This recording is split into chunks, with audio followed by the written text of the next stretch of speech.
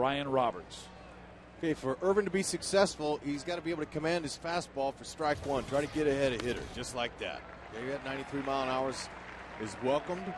He's going to have to bring in the secondary pitches. Has a nice slider, excellent changeup, but he's missed some time. So will he be consistent enough? I don't know. In the air, right field, Bobby Abreu has it measured, makes the catch, 1 out. Okay, defending behind Irvin is the third best fielding team in the American League with just 38 errors. They've been solid. The outfield is as follows: Abreu, Hunter, Rivera. You got the good infield too. Ibar and Isturis up the middle, been solid. Jeff Mathis gets the nod to catch Irvin. He's been outstanding behind the plate, and he calls a great game. Morales is much improved at first base as well. Didn't quite come in with the same tag as Teixeira or Kotzman, but Morales has definitely impressed with the lack of inexperience he's had at first base, but he's been very good this year for him. Slider catches the outside corner to Adam Jones, and good depth on that last breaker, and then he comes too far inside at 94 miles an hour and hits Adam Jones. Didn't want to do that. Jones has good speed. Now Irvin will have to deal with Markakis. This has just got away from him a little bit here, but Jones is 0 for his last 10. And he'll get another chance, but Irvin heater got away from him. So Jones with 5 steals this year at first base. Mathis has a terrific arm behind home plate, but a lot of his throws have been high, and Mike Scioscia, Angels manager, was working with him before yesterday's game on his footwork. Here's the pitch, and Markakis takes it low and in.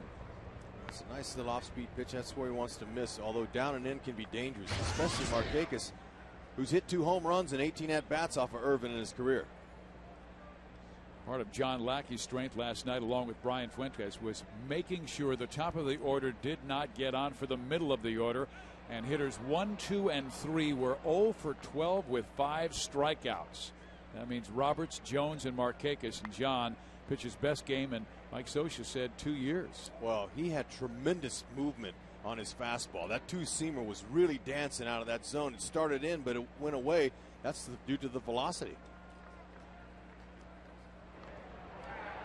4 straight games John Lackey's gone at least 7 innings, and Irvin Santana has not pitched since June 11th at Tampa Bay, when he gave up 6 runs in 4 2/3. He was scheduled to make another start in San Francisco, and the Angels scratched him because he still had a triceps discomfort.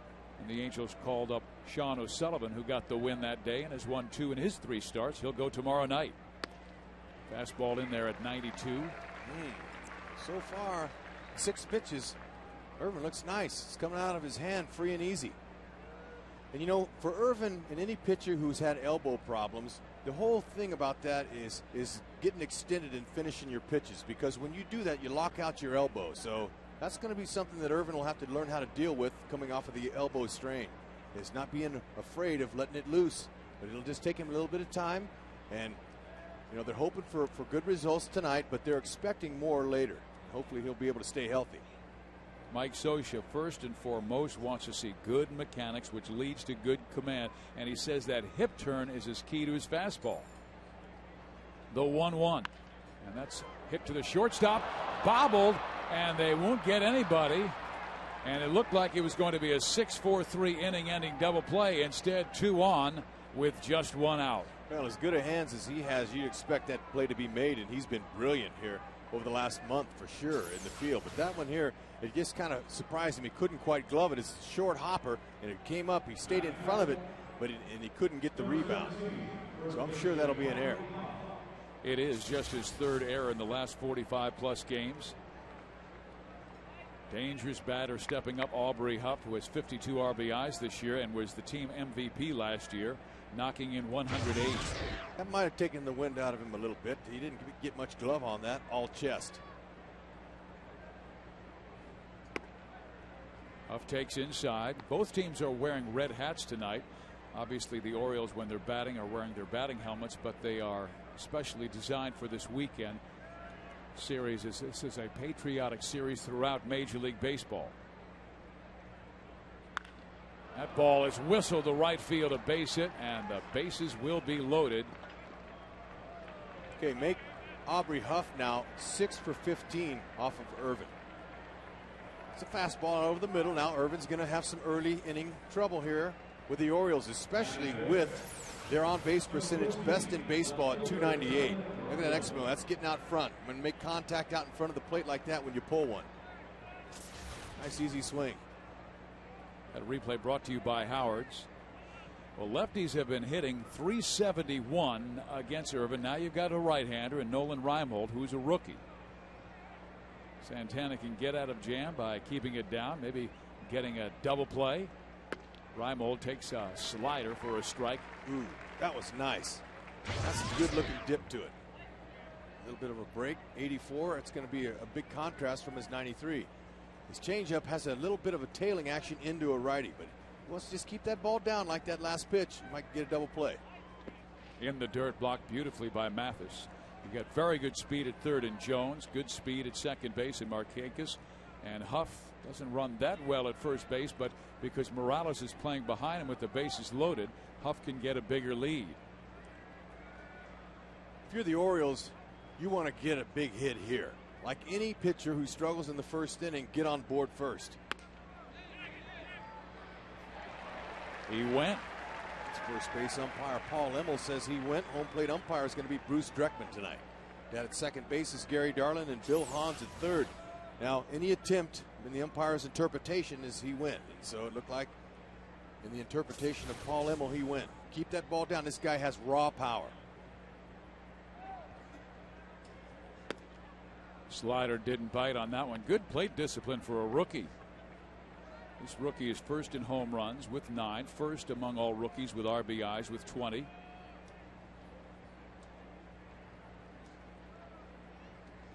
Anything out over and up, his eyes will light up at it. He just wants to, Irvin wants to just try to miss his bat. There's another abbreviated check swing. And see, that's twice now. So the kid with the bases loaded, 2 check swings, he's not seeing the ball very well. That's what that says.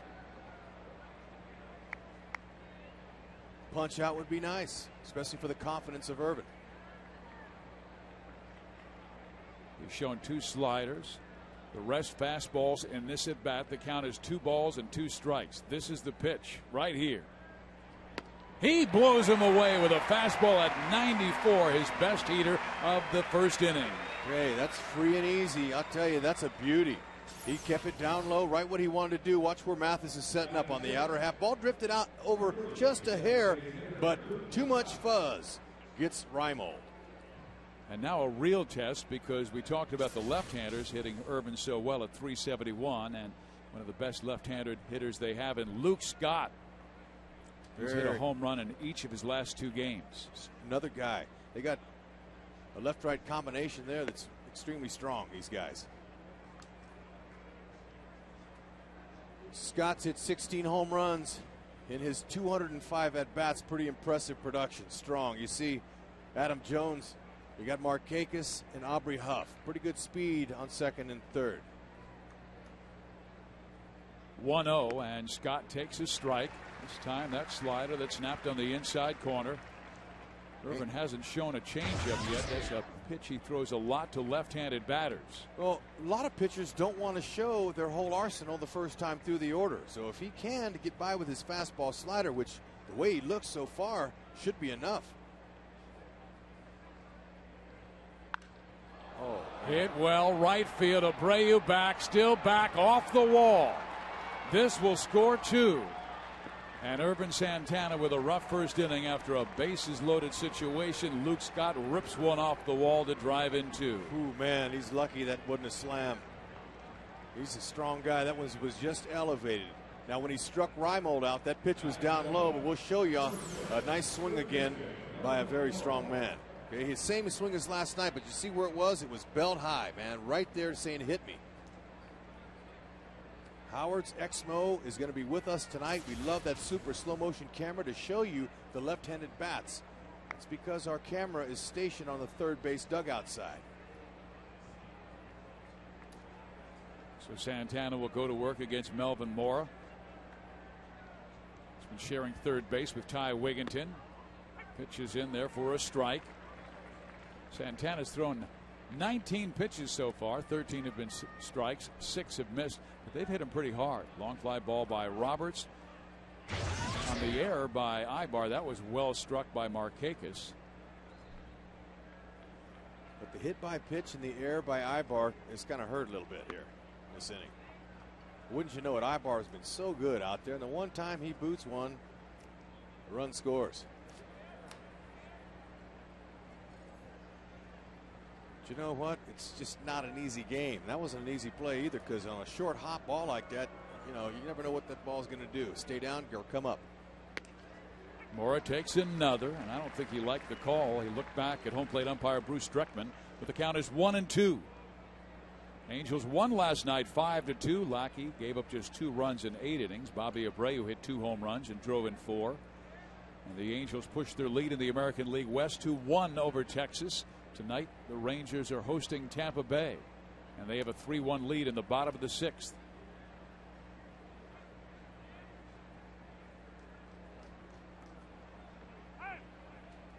Time called because Santana was working so deliberately that he and Mathis were not on the same page. Melvin has 207 at-bats this year. He's been getting a lot of playing time, just a little bit down, though, with his production as far as homers go. He's just got a couple. But he is a .346 hitter with runners in scoring position. Irvin would like to finish him off if he could. So he's been pretty productive with runners out there. Now, good arms the Angels have. Bobby Abreu, he's got 6 outfield assists. Juan Rivera in left, he's got 5. Torrey in center's got a couple. Another fastball struck foul back into the upper deck. Orioles came into this game at 35-44, 13.5 games back of the Boston Red Sox. They've lost 2 in a row and are now 11-24 on the road. Last place in the East. Boston, though, is in the bottom of the 11th. They've scored a run, and they now trail the Seattle Mariners 7-6.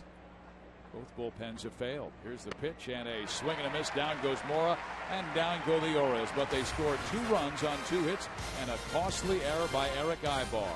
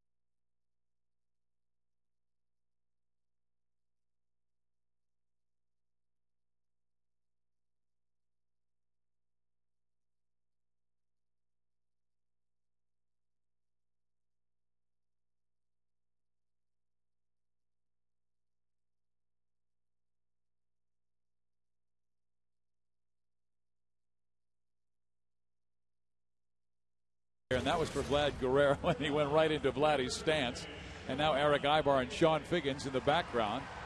Even Ron Renicky got into it.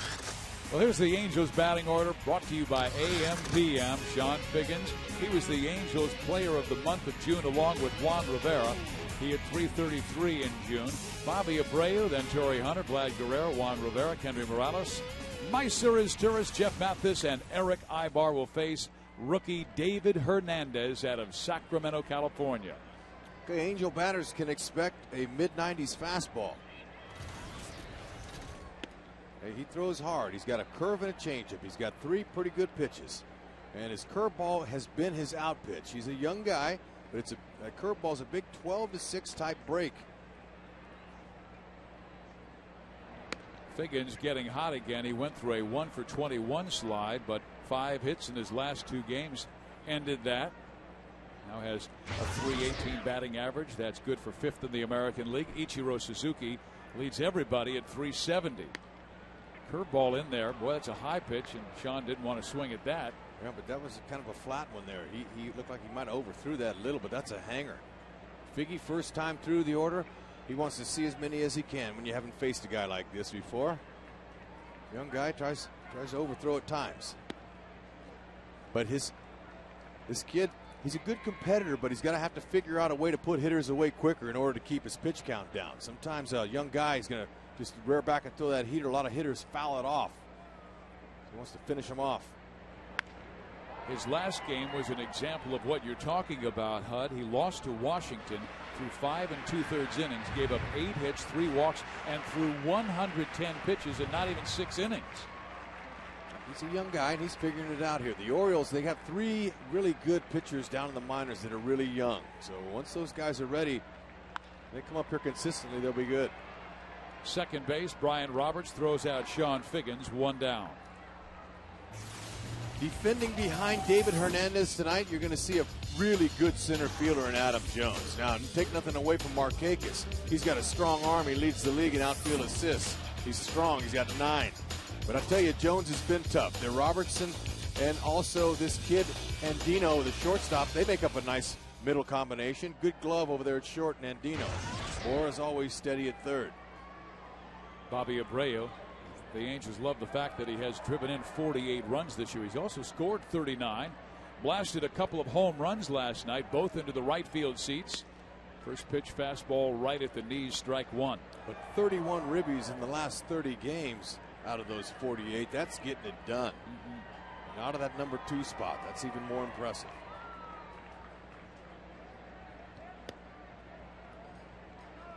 He's just a premium hitter.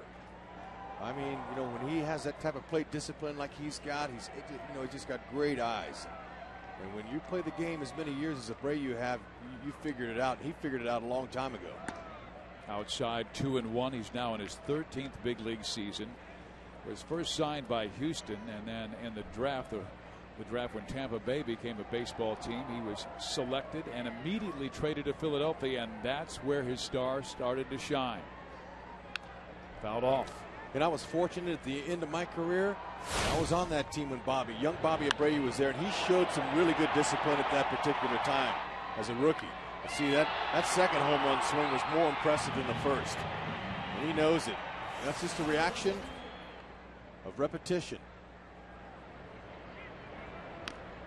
Didn't mean to do it, checked his swing, and he was talking to Jose Mota in the pregame show about that. He said short, quick, but he was laughing about the swing because he didn't think he would be able to square it up as it was riding in on him. Yep, it's all about reaction. But, you know, back in his rookie year, he hit .312, 17 homers and 74 ribbies. That's really good for a rookie.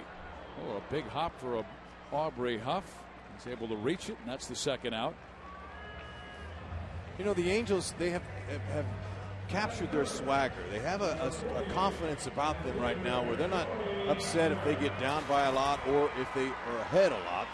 This is a swagger that comes from winning and knowing that you're good. Now, it's not a cocky swagger, but it's a confident swagger, and there's a big difference.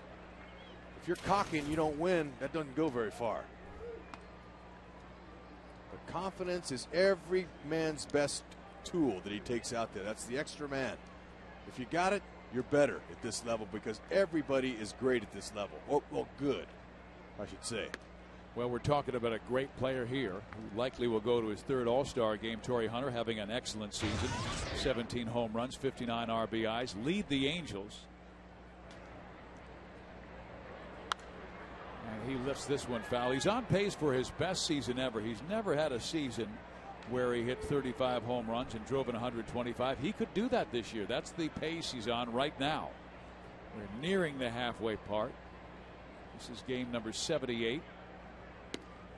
Fastball that just barely misses low. Now, this is David Hernandez, just his 5th game, so he hasn't really thrown a whole lot. He's only given up 1 home run, and it was to a lefty. He looks like he's got pretty good stuff. Comes back with a fastball, and it explodes at 95 miles an hour and strikes out Hunter.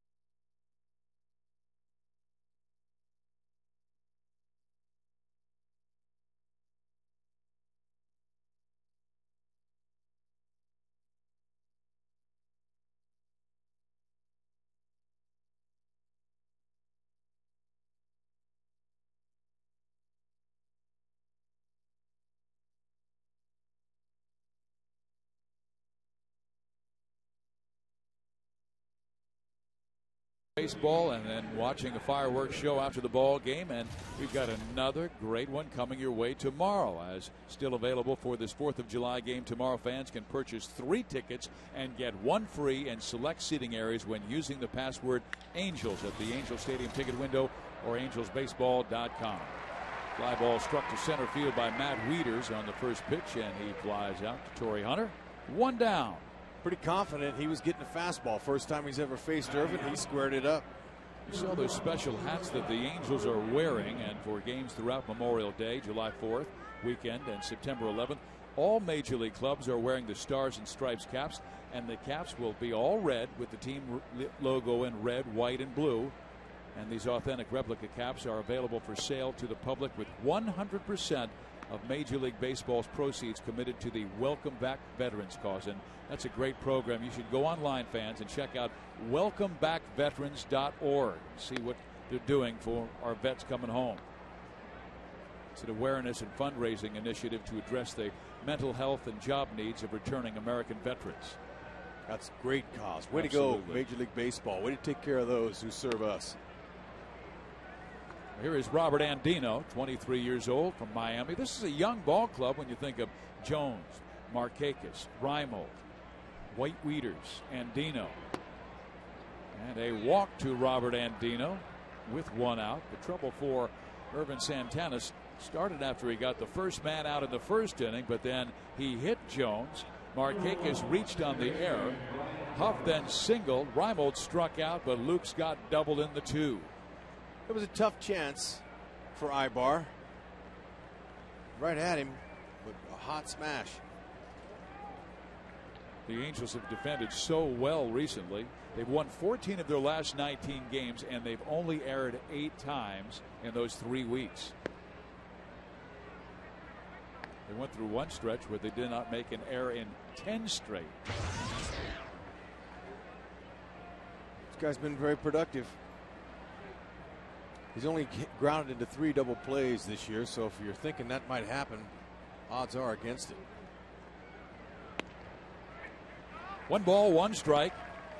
Well, he's what you want from a leadoff hitter. Those numbers showed it, averaging 99 runs and 35 steals, and they finally signed him after it seemed like the last 3 years he was rumored to be traded away. They signed him to a 5-year deal in February through 2013.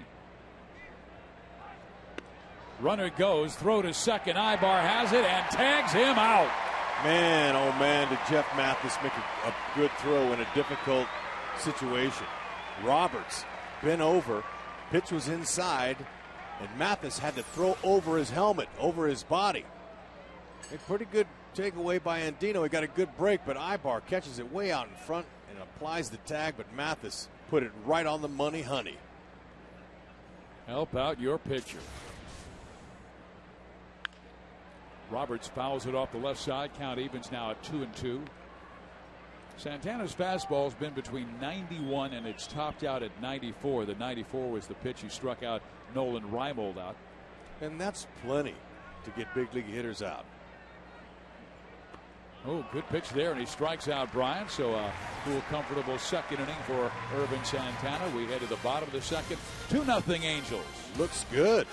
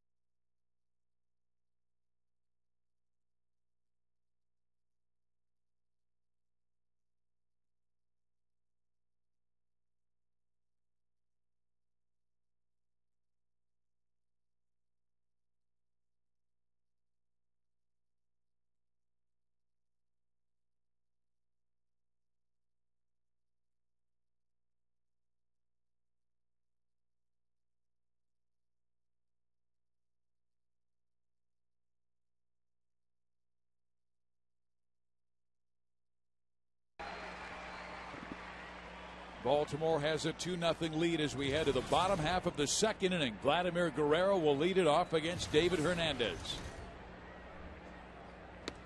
And he takes the first pitch fastball inside, ball one. Well, you got two guys going at each other who are both 6'3". Vlad Guerrero at 6'3". He has 2 home runs this year. And he skies that one in the air behind home plate. Matt Wieters back to the screen and is there to make the catch. My, that ball would have brought down rain if there were any clouds. That was a definite high shot. Good tester. Thought it might make the stands, but you know, when that guy pops it up, it's got backspin and it comes back towards the field. See how he's going back towards the field now, Wieters? That's what you got to watch for on a high one like that. That backspin, the seams catch the wind and it comes back to the field. Another right-hander in Juan Rivera.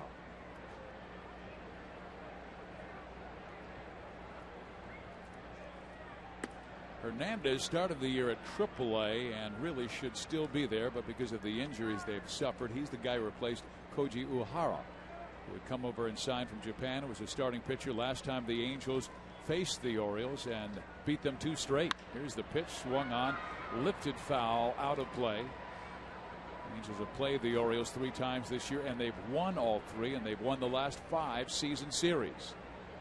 Sometimes when Juan looks like he's a little off balance and his front foot kind of falls out, don't let that fool you. His hands stay back, and boy, wouldn't it be nice for the birthday boy to get a big fly on his birthday. 31 today. Guy from Venezuela, he and Sean Figgin shared the Player of the Month honors for the Angels. What a month of June he had, and he's hit 9 home runs in his last 23 games. He had that big 3-run home run in Texas that tied the game in the 9th inning, but the Angels would lose it on a Hank Blaylock 2-run home run in the bottom of the 9th. Well, he really had to mistime that one on a breaking ball away from him. It's popped up. Second baseman Roberts takes care of it. 2 outs. Hank Blaylock was at it again in tonight's game. He hit his 17th.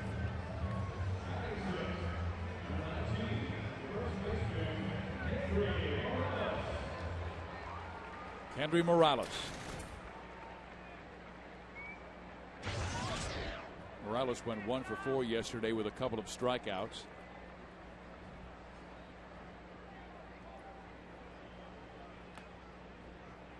Hernandez was the Orioles' 16th round pick in 2005 out of junior college in Northern California. He grew up in Sacramento and he was actually drafted 3 times. Once out of high school, another after his freshman year in JC, and then finally by the Orioles he did sign. But he was drafted by the Rockies, the Diamondbacks, and finally by the Orioles, and then it's when he said yes. We're seeing a couple pitchers with similar stuff. Maybe David Hernandez throws a little bit harder, but they got similar breaking balls. Morales, fly ball, left center field. Reimold there, makes the catch. Inning over. 6 up, 6 down for David Hernandez.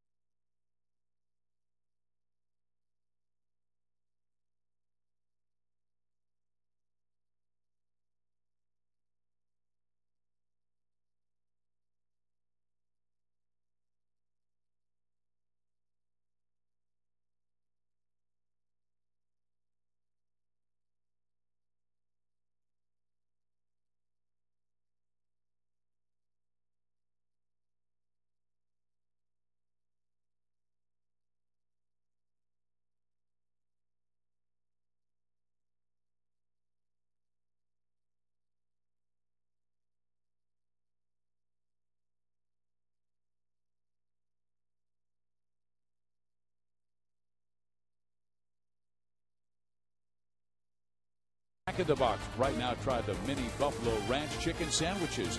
3 mini home-style chicken fillets on toasted mini buns. That's the Angels team store right here in the ballpark, and if you want to get some great deals on Angels merchandise, that's where you want to hang out. Ooh, Mills make great presents. 2-0. Baltimore has the lead, and here's a first pitch swinging hit by Adam Jones, so he's been on twice. That breaks his little 0 for 10 he's been in. Now, a couple hitters, first ball hacking on Irvin, so I'm sure that Jeff Mathis is catching him. He's going to have to start mixing those first pitches up a little bit, especially with men on. He's hit that one clean. Yeah, there have been some well-struck balls. His velocity is good. He's got pretty good depth in his slider, but sometimes his location's not been very good with his fastball. And that's to be expected. He's not going to be as sharp as hopefully he will be in his next few starts. Markakis to left center field. Long run for Torrey Hunter. He can't get there, and this may score Jones. They will hold him at third base. It's a double for Markakis. That almost looked like the identical hit he had to lead the Orioles in that incredible comeback they had against the Boston Red Sox on Tuesday. 25th double. That ties Brian Roberts for the team lead. And this ball's tailing away from Hunter. Okay, we'll see a nice balanced swing here again. Obviously, whenever we show you good contact, these are perfect swings. And we'll have to show you a couple that are off balance, but the ball's tailing away from Hunter, and it really was slicing towards that gap. But see how he got rid of it? That's what held Adam Jones from scoring. Torrey Hunter gets to the wall, and he picks it up and throws it quickly. That cuts down the time for the runner. So that was a nice play off the wall by Torrey. Another tough lefty batter, and Aubrey Huff. He singled his first time up.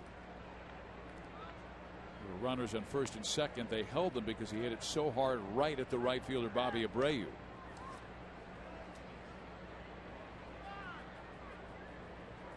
Huff, very good power. Belted 32 home runs last year.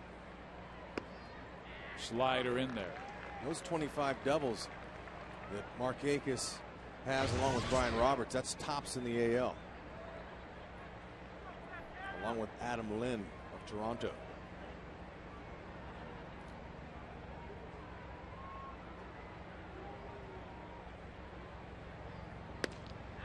Saw where Huff is 2 home runs shy of 200 in his spying career.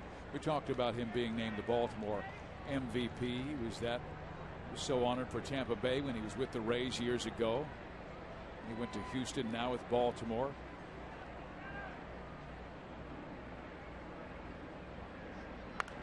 And he knocks that one a mile to right field and gone. 5-0 Baltimore. Ooh-wee. Little slider. Looked like he knew it was coming. That's his 11th of the season. And 56th ribby. Angels are going to have to get their hitting shoes on because the Birds look hot tonight off Irvin Santana. Okay, watch this slider slides right in the middle of the plate. And I wasn't expecting a whole lot out of Irvin because, you know, that plate's only 17 inches wide, and when you've missed, you know, several weeks like Irvin has, his location and command is not going to be exact, but you got to credit the hitters for hitting it. Yeah, his elevation has been right around belt high with the fastball. And here's Reimold. So 3 straight hits, all of them well struck, a single, a double, a home run. And he is trailing 5-0. The Angels really need Santana at least close to what he was last year to win the West, to fight off Texas. See, everything's up now. Means that lower half's just getting out a little bit ahead of his arm.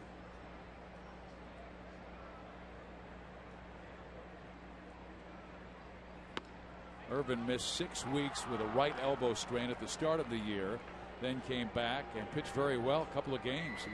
First game he gave up only 3 runs in 7 innings to Boston. He had that great duel with Justin Verlander and knocked off Justin, took a shutout into the 9th inning. That one's outside, but then he experienced some pain in the triceps. Angels shut him down. He has not pitched since June 11th. A walk now to Nolan Reimold. And the offense of the Orioles, they can't do anything wrong. I'm sure Mike Butcher is just monitoring Irvin. They're just letting him get out there and try to get some kinks out. But they're not missing the Orioles. The Angels have really had a tough time with their starting pitching this year. They've used 12 starting pitchers. That's a major league high. They've also used 10 rookie pitchers. And that's the most in the major leagues in that area. The slider misses and is a check swing by Luke Scott, who did not go. Scott doubled in the first 2 runs. Aubrey Huff with a 3-run home run in the third.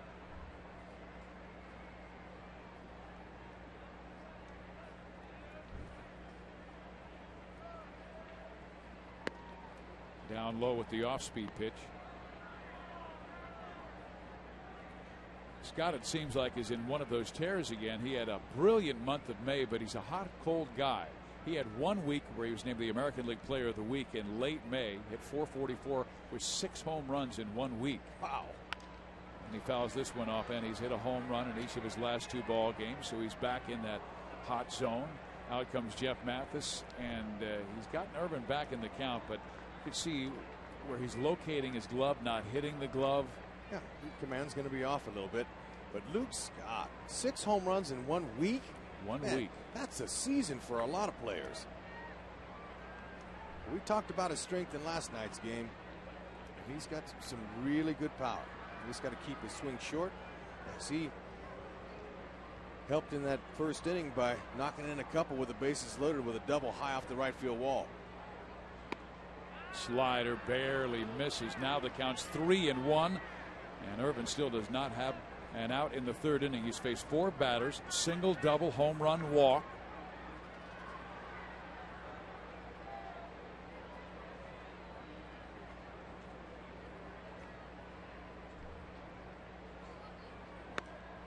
Got the fastball in there, 3-2.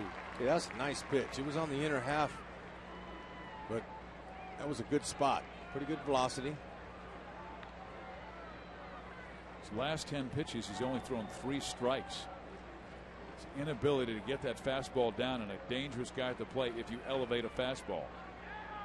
And you would think a fastball's coming here. They may send the runner, Reimold, to stay out of a double play. Reimold did steal his first base of the year last night. But if Mathis is smart, he might try to throw some kind of change up or wrinkle. Let's see. More than one finger usually means an off-speed pitch.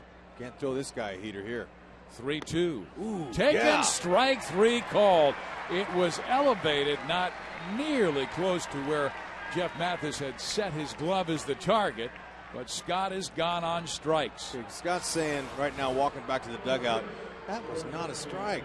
It was up, but really, if he swings at that, he's going to hit one pretty far. That's an elevated slider on 3-2. You still, with 2 strikes on you, that's too good a pitch to be taken.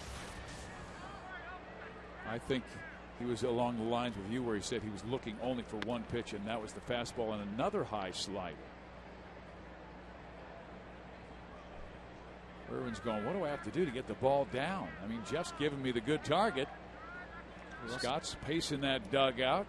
Instead of his arm dragging, he wants to concentrate on getting on top and stay out front and finish.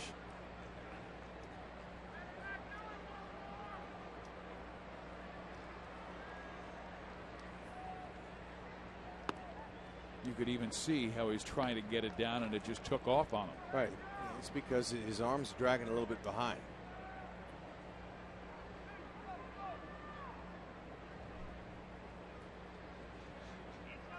Reimold, first base, 1 out, 3 runs in. That'll catch the corner at a 2-1 count. Main thing is the ball's coming out of his hand nice. It looks good. He's got a good fluid delivery. He's just going to try to fine-tune some things here. And remember, when you throw in the bullpen, there's not a hitter in the bullpen. So you look good in the pen. A lot of pitchers throw no hitters down there. He came inside, and Melvin tried to get out of the way. That would have been 3-1.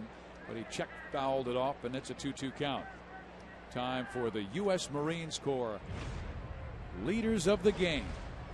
Marines.com. Melvin Mora, his wife, had quintuplets in 2001. 2 boys, 3 girls. They will turn 8 on July 28th. Congratulations. And man, I'm telling you what, they had to go through thousands of diapers.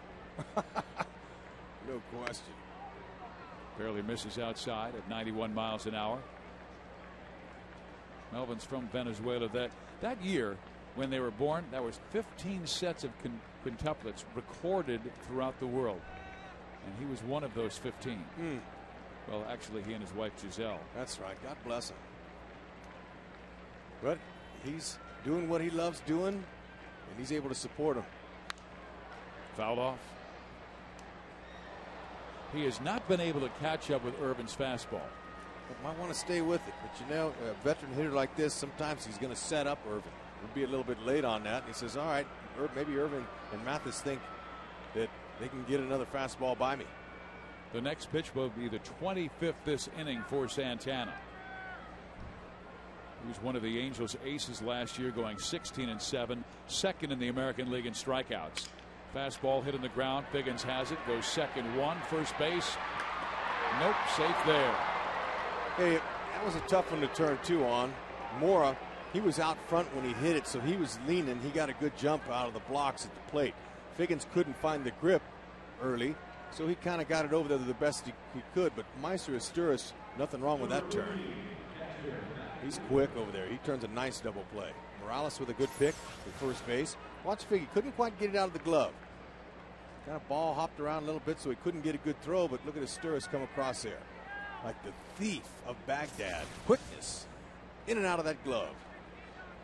Matt Wieters takes the first pitch. He swung at the first pitch he saw back in the 2nd inning and fly it out to center field. He's the guy that everybody's talking about. Tremendous player. Baseball America's minor league player of the year last season. You see his numbers. And a swings and misses on a changeup, and that really fooled him. His first hit, though, he'll remember, was off a great pitcher, Justin Verlander. It went for a triple. 6 feet 5 inches tall.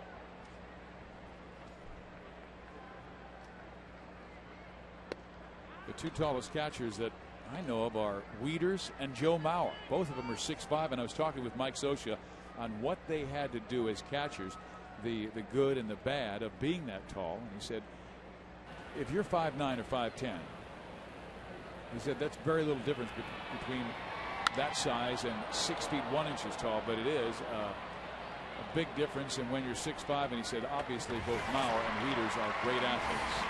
In the inning, 3 runs on the home run by Huff.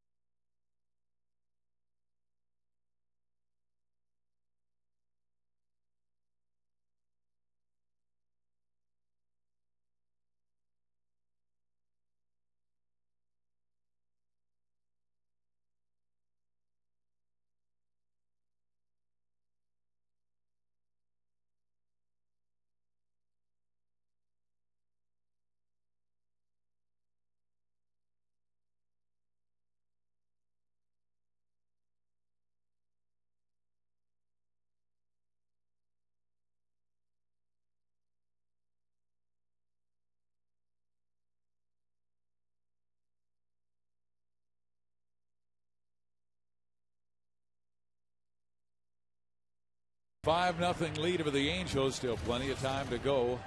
Angels bat now in the bottom of the 3rd inning. Hitters 7, 8, and 9 is Turris, Mathis, and Ibar. Meister led the Angels in batting in June, hitting .338.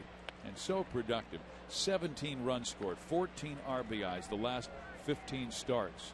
And he's the guy who replaced Howie Kendrick, who's having a good year at Salt Lake, hitting .338. Breaking ball in there. Right now, the rookie, he's got 5 runs. He's coming out and getting ahead of guys. Fastball, curveball. That's stroked up the middle. Jones comes on, has to play it for a base hit, and that's the Angels' first base runner of the night. Too good a pitch, 0-2. Hey fans, there's a great ticket special for Sunday's game as the Patriotic Series concludes, courtesy of JetBlue. Tickets are still available for just $7 in select view level seats and $12 in the right and left field pavilions.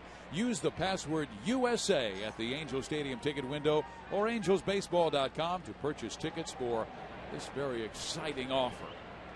Good crowd on hand on a Friday night. Batters Jeff Mathis. He bunts, and it's a good one. Mora bare hands and throws, bringing him off the bag, and that's a base hit for Jeff. Haas a little shocked on a 92-mile-an-hour fastball. That's not easy to do, but he's a very good bunter. And Mora was playing back, not expecting it, so that was a beauty. It would have taken an excellent play to throw him out. And this ball's neck high. Hard to get a ball down like that high especially. Usually you foul those off. Mora, good third baseman, balls up the line. Aubrey Huff did a nice job, else it would have been second and third. So Huff, he saved Mora there, and David Hernandez from pitching in a tough jam here. Alfredo Griffin had Eric Ibar out at 3 o'clock this afternoon working on his bunting. Might happen here. He's one of the Angels' best with 9 bunt hits and 8 sacrifices. And what Alfredo did, he had him bunt only to the third base side, and he just let the ball stay there. And at the end, they discussed where the balls were and where a third baseman would be able to get to that baseball and throw him out. If Ibar gets a sacrifice bunt down, it would be his 9th, and that would be amongst the league leaders at the very top of sacrifices. Mora is expecting that. Eric does not show bunt. It's a strike on a fastball at 94 miles an hour. Sometimes early in the game, Scioscia, he'll trust the fact that Ibar's a contact hitter, that he'll make something happen with his speed, or he could pop one in a gap. But just wait and see.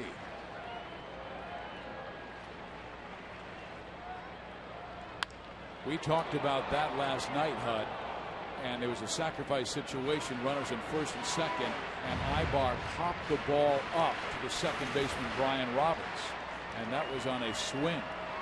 And he's a good fastball hitter. So Scioscia's probably saying, oh, you know, I like my chances of him making some solid contact on David Hernandez's fastball. But right here, 0-2, I don't know. We'll see.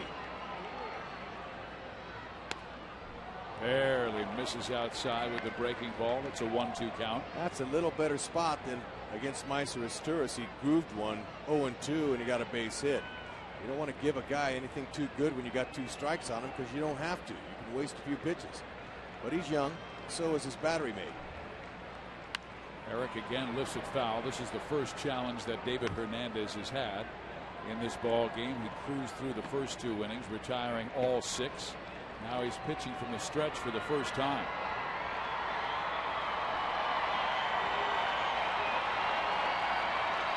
Ibar's going to shorten up that swing. He's got good ability to hit with 2 strikes because he's a contact hitter and sprays the ball around. Again, he's trying to go to left field, and they're playing him to spray it that way. The way they have Reimold and Jones lined up in center and left. Some kind of gap, though, between Adams and Reimold in left center field. Big old gap out there. Very good speed at second in Asturias. Good speed at first in Jeff Mathis. Well, he's peppering that left side, and the fans in the club level and the field level, they're loving Ibar right now because he's given them 4 souvenirs. That's right. Heck, they love him anyway. As dynamic as the player is, but still, this is what we're talking about. David Hernandez not having the ability so far early to be able to finish hitters off. Ibar's taxing him here. And he's got plenty of good stuff.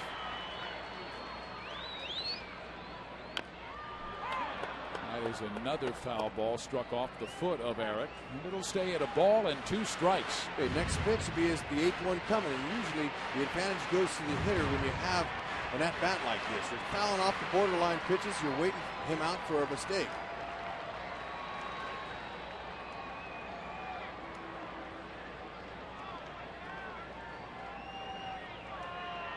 Pretty good base runners out there, too. Mathis at first base. He has good running ability.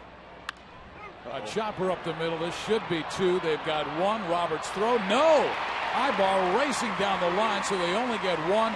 First and third for the Angels, and just 1 out. And there's one that Andino might have decided to take himself because he gave the ball to Roberts in an awkward position. Roberts is a little bit off balance, and that's what Roberts thought. Roberts thought he was going to take it himself. But still, I don't know if he would have got him anyway. Ibar is so quick from that left side. And that allows Roberts to not get his feet under him, so he can't make a good, strong throw. Sean Figgins up. Ibar has good speed. He's stolen 5 bags this year. The Angels may try and stay out of a double play, and Hernandez throws over, and he's shown a pretty good move. Yeah, he's got quick feet. The fact that he gets the ball home quick, though, is going to be his biggest deterrent for a base stealer. Get it home. Wieters looked good on his transfer last night. In there with the breaking ball, strike 1.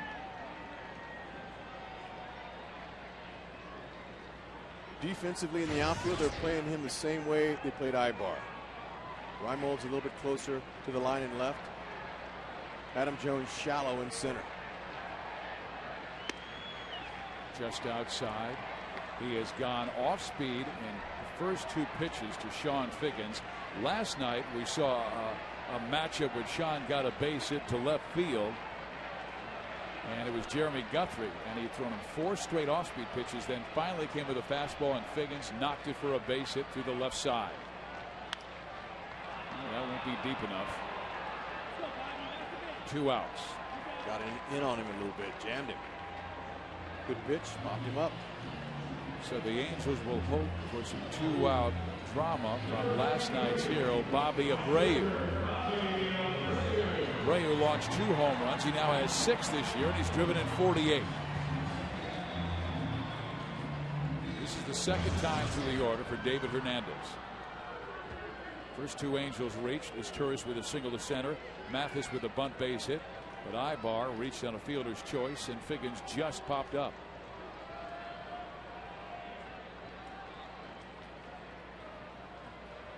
Okay, probably not a fastball early. Nope, you're right. Change strike 1. So Wieters almost pitching backwards right now. But he's showing excellent command. Be able to start the hitter off like that. He knew Abreu would be looking for the heater, but he might be looking for one here.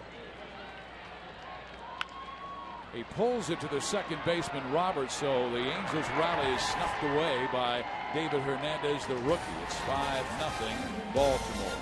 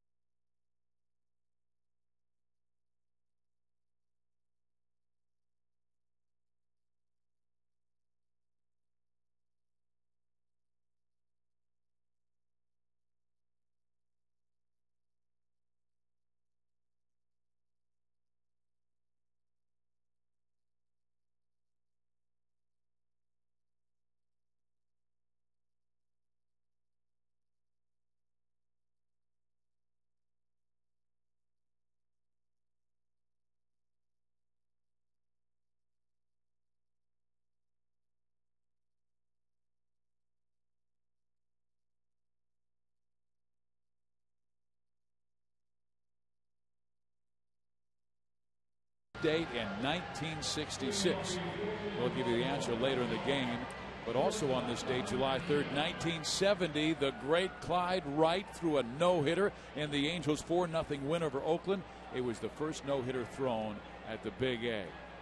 Way to go, Clyde. I think the Express would change that. Here's the pitch, swung on, lifted foul, back off the right side. Morales giving it a look, but it's about 8 rows up. Also on this day in Angels history, in 1977, how about this, Hud? Frank Tanana throws his 14th consecutive complete game, which is still an Angels record. I'll say. Beat Oakland 6-4. Man, he had it going on. He had a lightning arm at one time.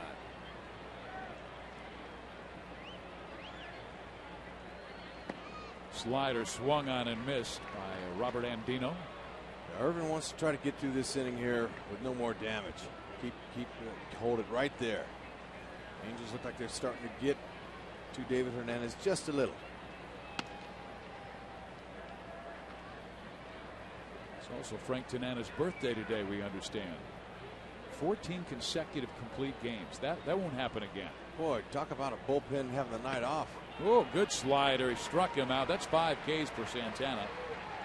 But he has given up 5 runs, 2 in the first and 3 in the third. It's now time for the Firestone leaderboard. Runs in the game of baseball. We've got Carlos Pena with 58. Scudero with 58. But where's Sean Figgins? He's there, and so is Brian Roberts. They are right behind. Roberts, he does bunt. So Figgins is in on the grass. But with the 5 punch outs tonight, that tells you that we've been talking about how the ball's coming out of his hand. He's doing a good job, but just his command early wasn't exactly where he wanted it to be, and the Orioles have made him pay. But I like what I'm seeing. Even though, the runs aren't going to tell you that. They're looking for more things from Irvin during the rest of the season, not just tonight. When a guy comes off the DL, you talk about timing and hitting. You talk about rhythm and pitching. They go hand in hand. That's exactly right. Everything's about trying to throw the opponent off balance. That ball is rocketed to right field, a base hit for Roberts. It's his first hit of the series after starting 0 for 6 against John Lackey and Irvin Santana. Around the American League, Seattle held off Boston. Seattle scored 2 runs in the 11th inning. Boston came back with 1 and lost the game 7-6. So the M's keep the pressure on the Angels and on Texas, as the Mariners have now won 7 of their last 11. Wow. And the Rangers held off Tampa Bay 3-1. So the Angels must come back. If they don't and lose the ball game, they'll be tied with Texas again for first. There's a line drive caught by Sean Figgins for the second out. Adam ball for Adam. All right, check it out. He's out front on that. That's had double written all over it, but he hit it right to Figgy.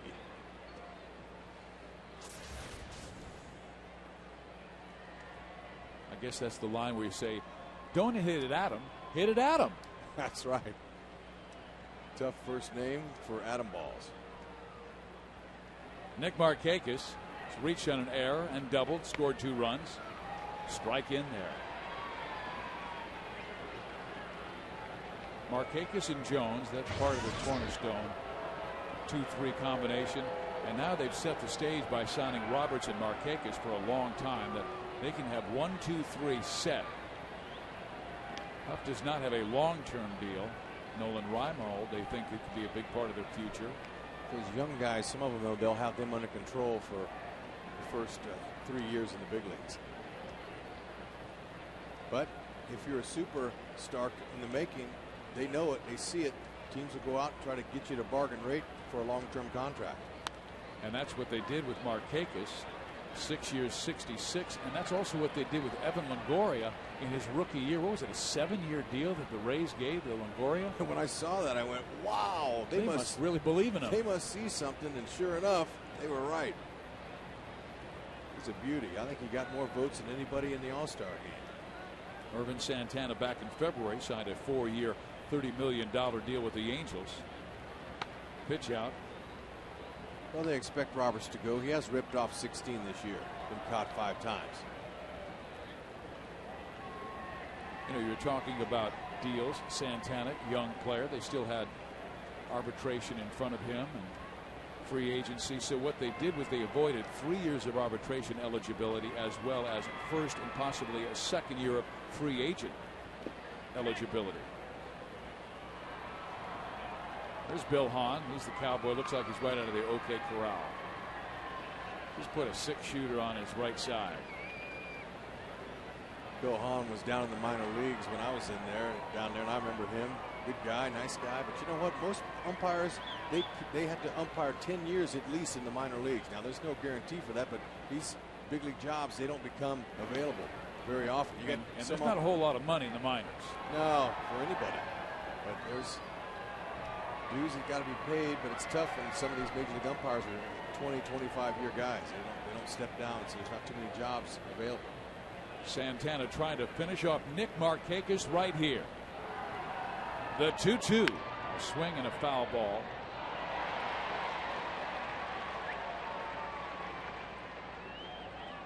Orioles dead last in the American League East, but they've had some impressive wins this year. They're still just 9 games under 500. They had that incredible Tuesday rally when they were trailing 10-1 in the 7th inning against the powerful Boston Red Sox, the first place team in the East, and they scored 5 in the 7th, 5 in the 8th. If the Angels can do that tonight and come back on Baltimore. 3-2 blocked nicely by Mathis. Then they throw behind, but getting back just in time is Roberts. Very athletic catcher is Mathis. Now remember, this catching duo that Mike Scioscia has, Mathis and Napoli, these guys, they're as good a tandem as there is in all of baseball anywhere. He can start anyone on any given night. But his roommate is Napoli. They hang out together. They're good friends. That's unusual. Pitch is swung on, hit in the gap. Hunter will reach it and try and hold Roberts. No, they're going to send him home. The throw to the plate is not in time. Nice job, though, on the relay by Hunter. Hunter got it over to Isturis quickly, and Mathis, he blocked the plate, but an athletic slide by Roberts gives the Orioles another run, and now it's 6-0. But Hunter again gets rid of it so quickly that there was even a play at the plate was due to that. Watch that. See, he's off balance, but he gets it as Sturz right over the top. This ball's not going to sink, sail, or dive. It's going to go right to him. Look at Mathis. He was ready for contact. Roberts reached around and just fingernailed the outside of the plate. That's a good call by Bruce Dreckman. Watch this. Mathis was set up for a collision, some contact there. Did the glove touch the back before the left hand got down, though? That's the only question, but Bruce Dreckman was in good position behind the plate, and there was no argument from Soch or Mathis. But Mathis, he was set up for a collision right there, and Roberts declined the offer and athletically reached around him. Hit sharply at the second baseman, Meiser Isturis. They record the out, but one more for Baltimore, and Santana's been rocked in the first 4, giving up 6 runs. Safe or out? You be the make the call.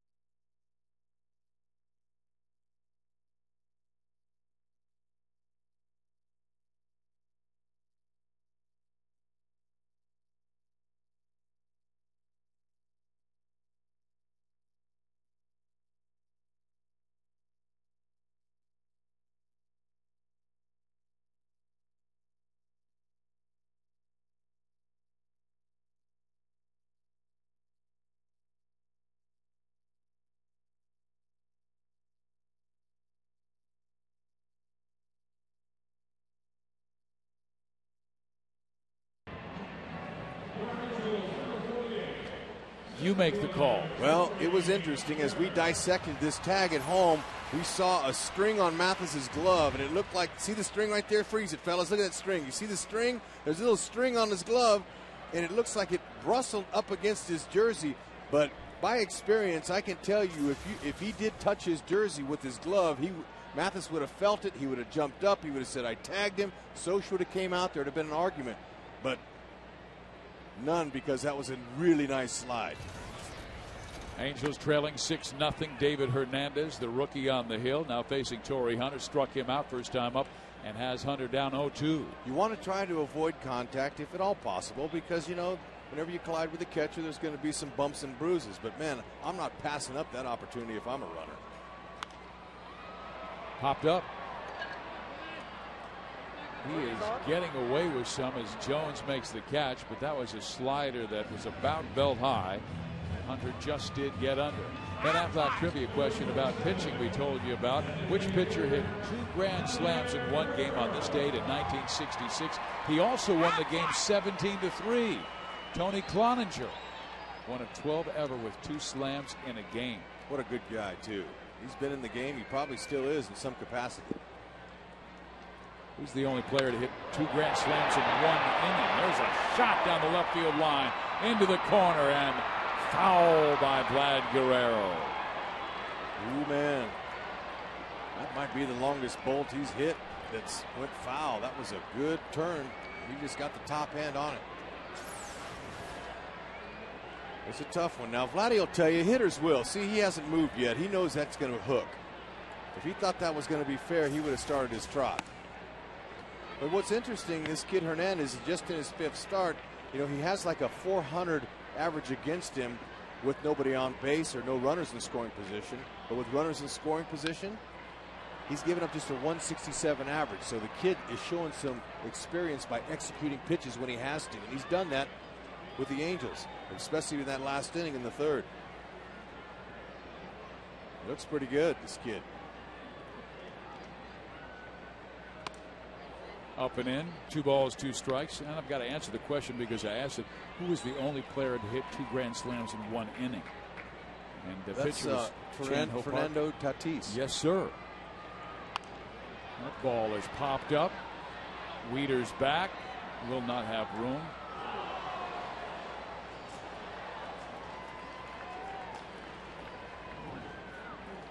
Vlad's got a long way to go to get to that batting average with home runs.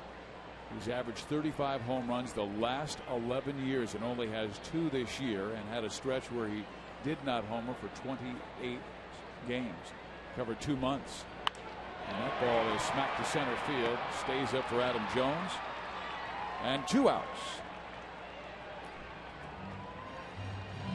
Angel fans, all kids ages 12 and under, are invited down to the field to run the bases following every Sunday home game. So bring the whole family out for a fun afternoon at the Big A this Sunday, July 5th, and then stay for Kids Run the Bases postgame. Tickets for this game are still available for $7 in select view level seating areas, or $12 in the right and left field pavilions when using the password USA at angelsbaseball.com or the Angel Stadium ticket window. And there's not a bad seat in the house. So if you're going to try to entertain your kids this summer and take them to a movie, good luck. That's a lot of money you're going to be dumping at the style here. You pay less money and you have more fun here.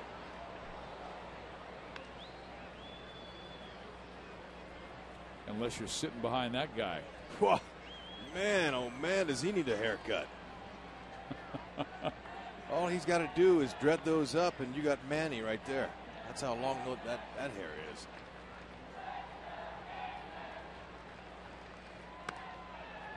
This is by far David Hernandez's best game. He did win his major league debut versus Detroit, giving up 1 run and 5 2/3, but threw 108 pitches.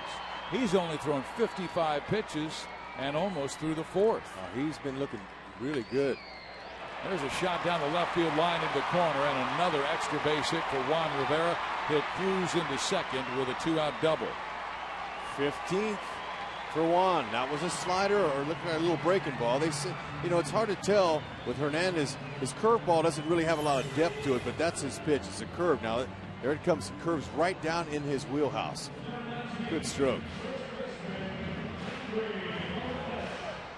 I mentioned David Hernandez just has a 167 average with runners in scoring position so far in his early career. And the Angels are only 2 for 13 with men in scoring position in the first 2 games of this series. Morales with a fastball high.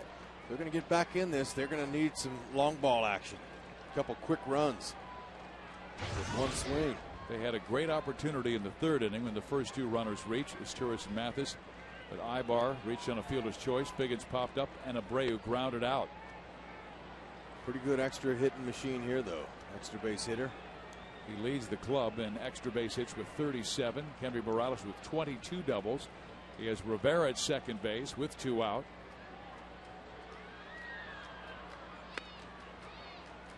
Three and 0. Okay, you're going to always have the green light on for a power hitter, especially when you're going good. So I'm sure he'll have one if he likes it. But if not, they need base runners. 2-run homer is not going to help them all that much. It's going to help them get back in the game, but they need runners. Outside ball 4. So Hernandez walks his first Angel of the game. He comes with 2 out in the 4th inning. He went from the full windup to the stretch, and the last time that happened, he gave up that base hit to Jeff Mathis and had to pitch from the stretch the rest of the inning. But his pitching coach, Rick Banitz, cleaned up his delivery, but he said he did more so with his full windup than he did with his stretch. He thought his stretch was just fine. He thought the full windup needed better rhythm to finish his changeup. Here's Meiser as Turris. Singled his last time up. Ball 1. That's a nice first pitch there, though. He threw him a slow curve down, trying to hope that this Turris was going to bite on it. Ball 2. So that's 6 straight wide ones. He might want to take a strike, or he's worked himself into a good spot here to get a good pitch to hit. But let's see. He probably will take. He does, and it's in there at 93 miles an hour. Okay, nothing wrong with that. He can throw a strike. This guy's a smart hitter. Very fun to watch him play. Very good with the glove and great on the bases, but hits the ball where it's pitched. And he swings and drives this one towards left center field. Reimold, will he reach it? He dives. It's past him. In comes Rivera.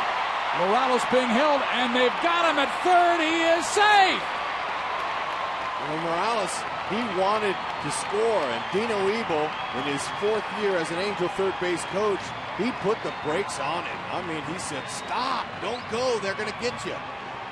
And so that ball that Meiser hit had eyes on it. He was able to sneak into second base with his 9th double. Okay, this one wasn't hit all that hard, but because the left fielder Reimold was playing him closer to the third base line, that left a little gap there, and they couldn't get to it. Morales just got back. That would have been the 3rd out, so they got a little 2-out magic on the kid, Hernandez.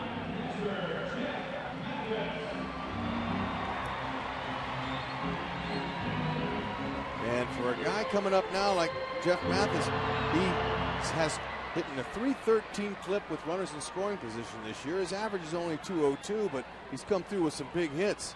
Got a bunt single his first time up. The left fielder a little shallow, and Reimold, fastball in there for a strike. A 6-1 ball game. Angels have cut it to 5. We'll see what Jeff has done with runners on, and he's got them at 2nd and 3rd.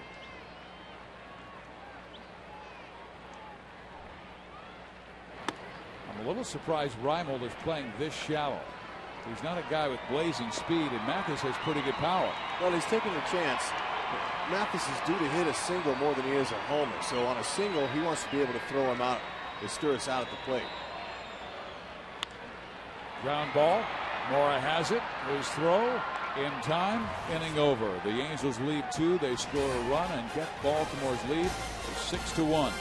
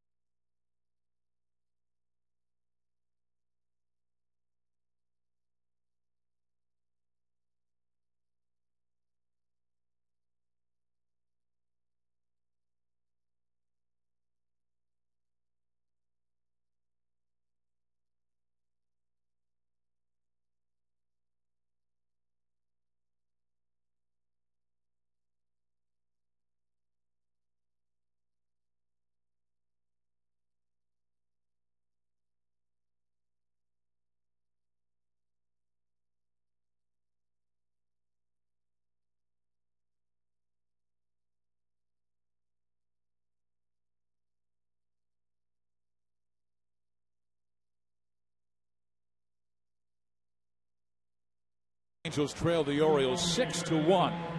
Texas has already won their game 3-1 over Tampa Bay, so the Angels need to come from behind and win to claim first place all by themselves, or they would be in a two-way tie with the Rangers. Seattle also won in extra innings at Fenway Park 7-6.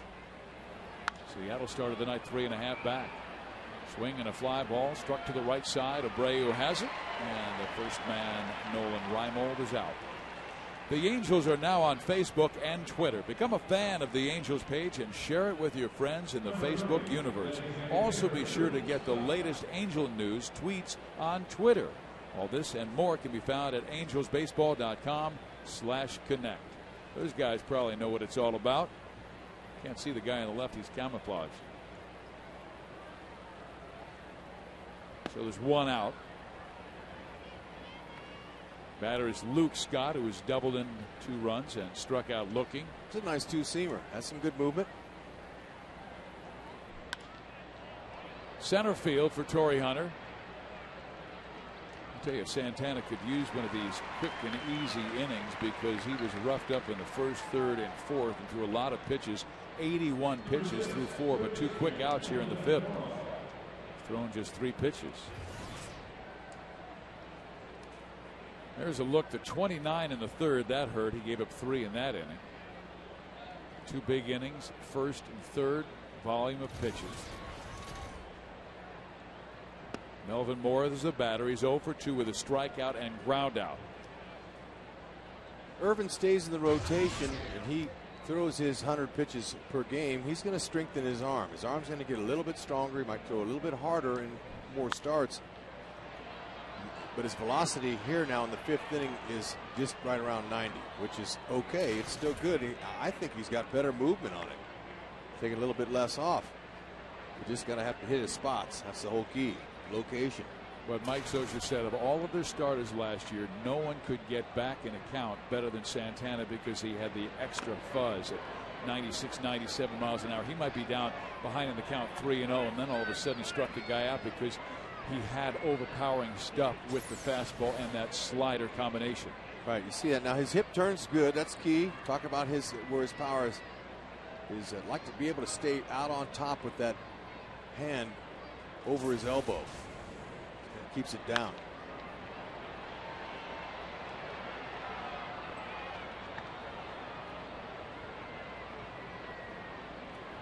The Angels right now with 4 pitchers still on the disabled list: Kelvin Escobar, Scott Shields, Dustin Mosley, and Shane Lukes. Obviously, Mike Scioscia will not have Shields available the rest of the year. There's a shot down the line, and that's a fair ball into the corner. And Mora has himself a 2-out double. That's a line hugger. You like that. You could see it as a hitter. When it's off your bat before you even get out of the batter's box, you can tell. See that? Mora goes, yeah. Bill Hahn had to get out of the way of that. Juan Rivera, look at him. He charged that ball off the carom, and he wanted to throw Mora out because he's got such a great arm, but he couldn't quite get the grip on it, so he says, all right, I'll give him the double. They will walk Wieters to get to Robert Andino. They want that righty-righty matchup. Yeah, this is a smart move here. Let's see for Wieters. Is that his first? This is his first intentional walk. I imagine by the time this guy gets 2 or 3 years in, he'll be intentionally walked because of the threat of his bat. But right here, they're putting him on because they want to get to the lesser hitter, Andino, which is not an insult, but it's just how the game's played. Usually your number 9 hitter is not one of your power guys. He's more of a contact hitter. And Santana has a bit of an advantage when it's a righty-righty matchup. Kevin Jepson warming in the Angels bullpen.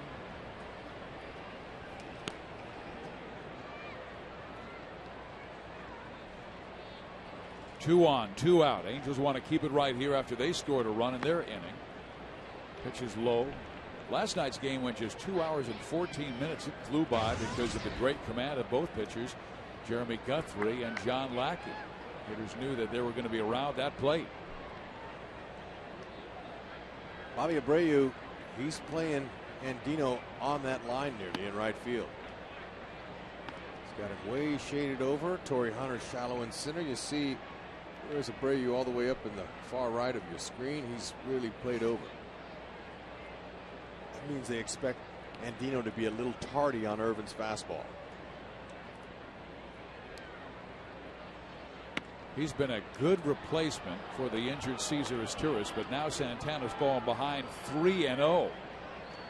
He had a career high 4-hit game against the Toronto Blue Jays, and that was the same day that Roy Halladay was pitching, and he was 3 for 3 off Doc.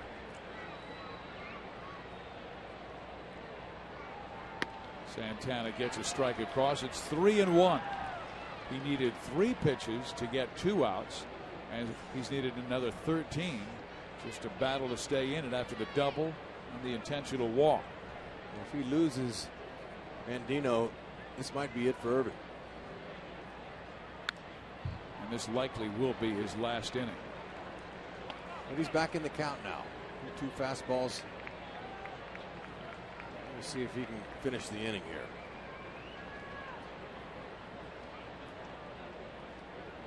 He wants to challenge Andino.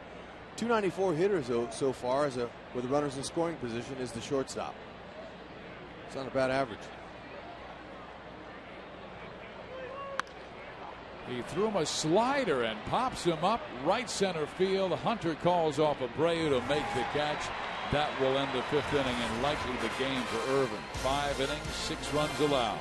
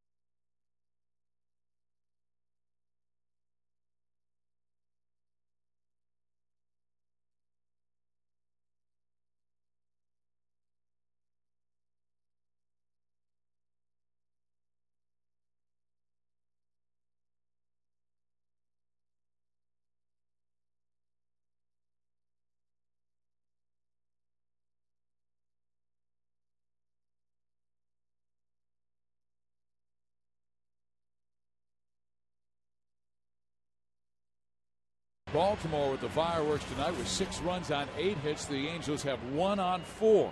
We're in the bottom of the 5th inning. David Hernandez, the rookie from Sacramento, will face the bottom of the order speed guy and Eric Ibar. Then more speed with Figgins and Abreu before the power comes up. The Angels need to get base runners to come back in this one.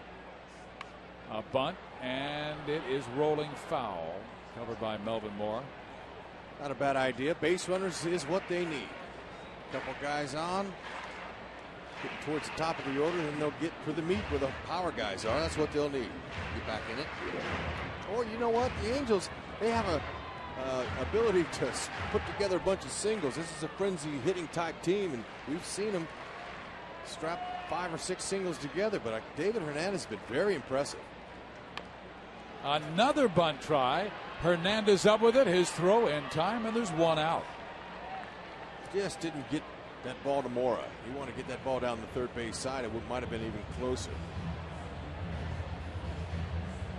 Irvin Santana likely done for the evening as he's closing in on 100 pitches, and he will head up that runway, giving up 8 hits, 6 runs. They hit him pretty hard. Walk 3.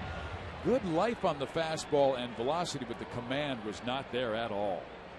No, but still not a bad first outing, even though he would like better results. Now, 4 of those 6 runs were earned, not all of them, because of that error by Ibar back in the first inning. Figgins takes another first pitch breaking ball for strike 1. They are not giving him that many fastballs in this series. Yeah, you know, with the 3 walks, 1 of them was intentional. So I think pretty good job by Irvin. I like the way the ball came out of his hand. I'm sure Socha will say the same thing when the game's over. And as Mike Butcher and Mike Socha both say, we'll know more tomorrow on how he feels after this start. Changeup misses outside, 2-1. Yankees beat Toronto today 4-2. A.J. Burnett got the win against his old ball club. Alex Rodriguez hit his 14th home run. That's number 567 in his career. And Mariano Rivera saved his 21st. So that's 503 for arguably the greatest closer of all time.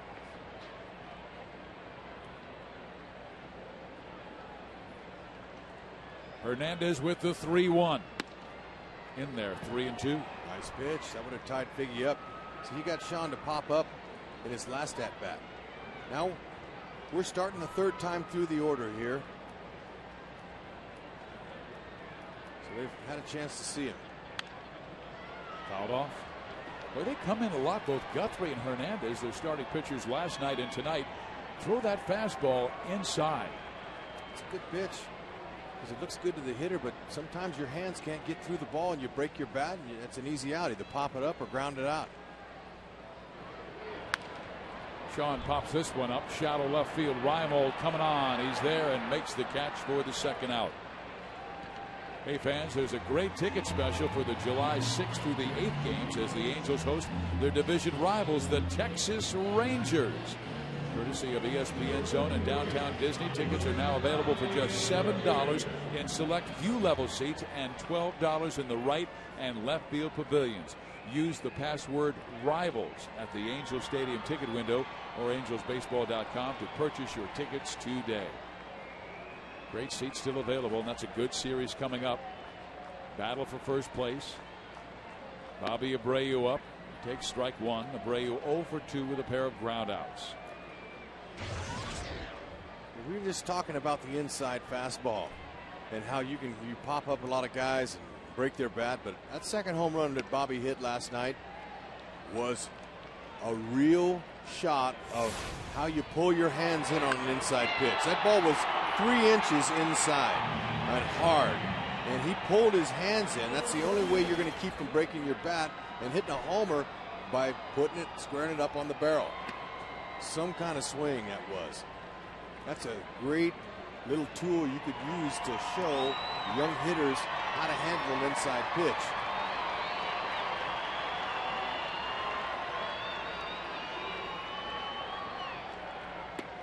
Ooh, good off-speed pitch that misses barely outside. The count is 2-2. You know, this kid works from the extreme first base side of the pitching run. And I think that's why he's getting a lot of good angles in on the left-handed batters with that fastball. Oh, well, he could like pitch that. He could pitch from the middle of the rubber. This kid has nice stuff, man.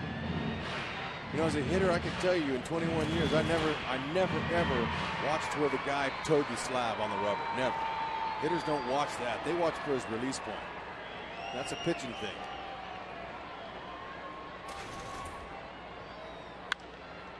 Foul out of play left side, but sometimes when you have a good cut fastball, you get a little bit more of an angle.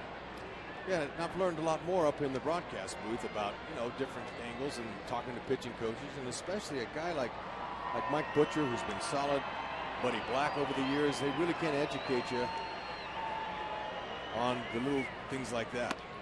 Jim Palmer, man, he's been here. He's been a real treat. He comes over in the broadcast booth. He's a Hall of Famer, and we just sit here and listen to his stories. He's got a great memory. He talks about the old days. He'll even tell you about going down to AAA and rehab starts a long time ago. You know, he's got a detailed memory. This guy's unbelievable.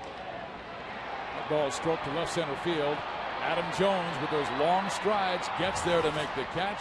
That was the 8th pitch to Bobby Abreu, and he flies out to left.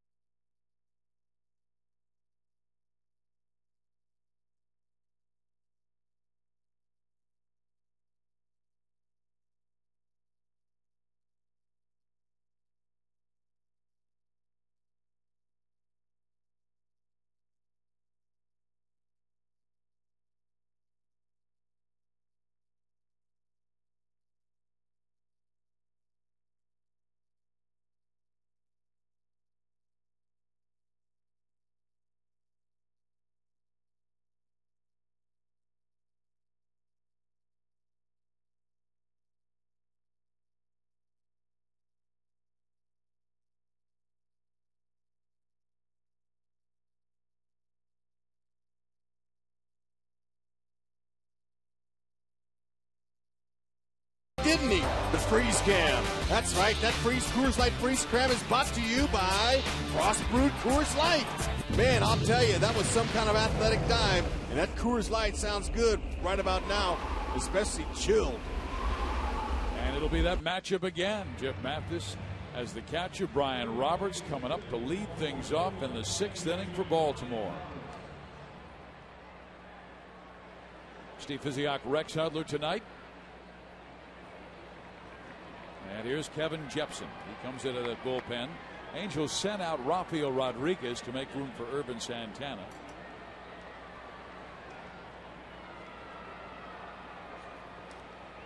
Kevin's had a rough time, as you can see by his ERA, almost at 12.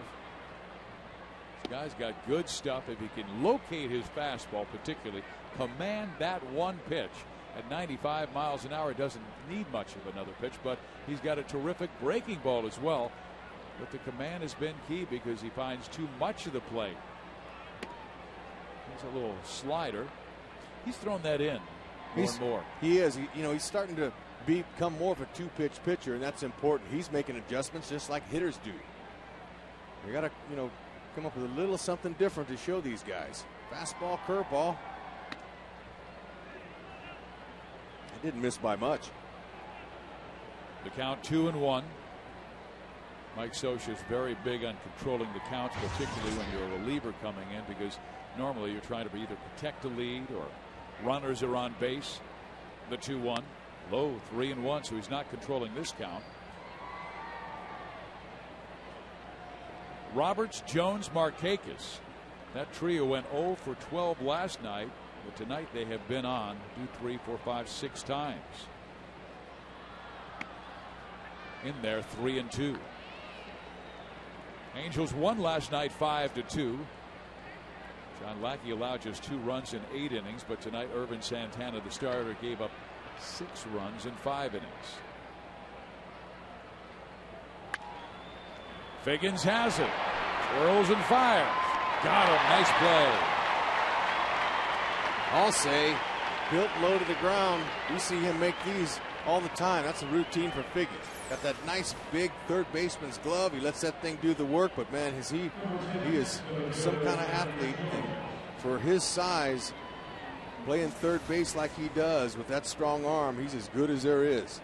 His manager, Mike Scioscia, said he should be in the Gold Glove discussion. And Mike also said he would not talk to All-Star manager Joe Maddon about who he should or should not take. He said Sean Figgins' numbers offensively and defensively stand on their own.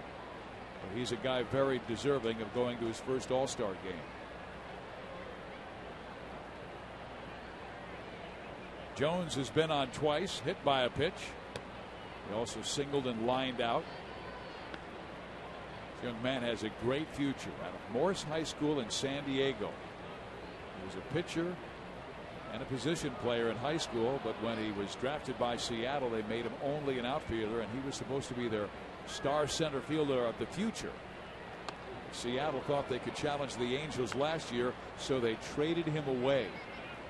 They traded him away because they wanted pitching, and they thought Eric Bedard would be the guy to get him over the hump. And then what did Seattle finish, like almost 40 games behind the Angels last year? 101 losses. In there. Well, that's a nice fastball there at 96. Right on the block. That's where he wants to stay.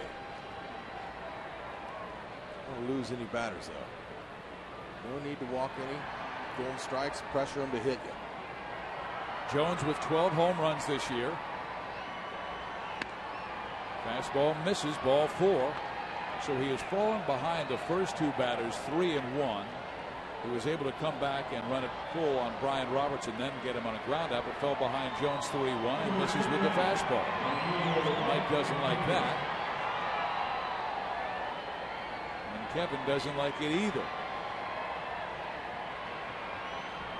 Jepson had a terrific year last year, going from AA to AAA, and then pitching in the Olympic team, and then making it to the major leagues, and he pitched well in every single situation. It's not been the case this year. Markakis, fly ball, right field. Bobby Abreu makes the catch. 2 outs.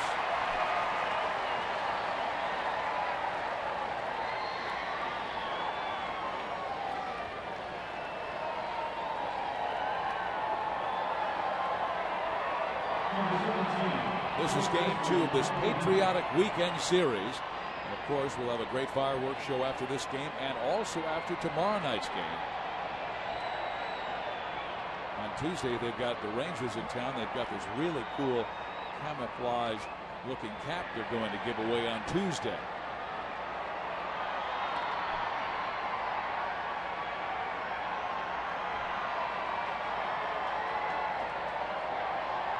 The Orioles scored 2 in the first, 3 in the third, 1 in the fourth, all off Santana, who went 5 innings.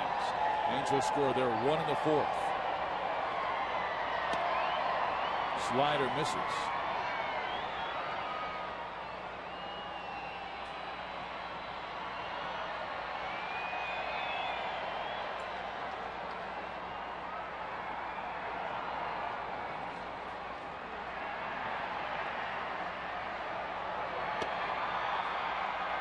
He has fallen behind one more batter. Count is 2 balls and no strikes. Huff ripped a home run back in the third inning, a 3-run shot.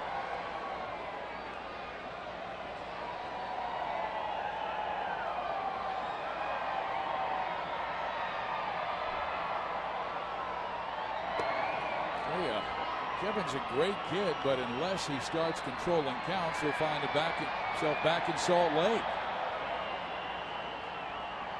Fell behind Roberts 3-1, fell behind Jones 3-1, walked him. Markakis helped him out by swinging at an early pitch and flying out to right field. Fastball in there, 3-1. And one would imagine that Huff is sitting dead red, looking for the fastball.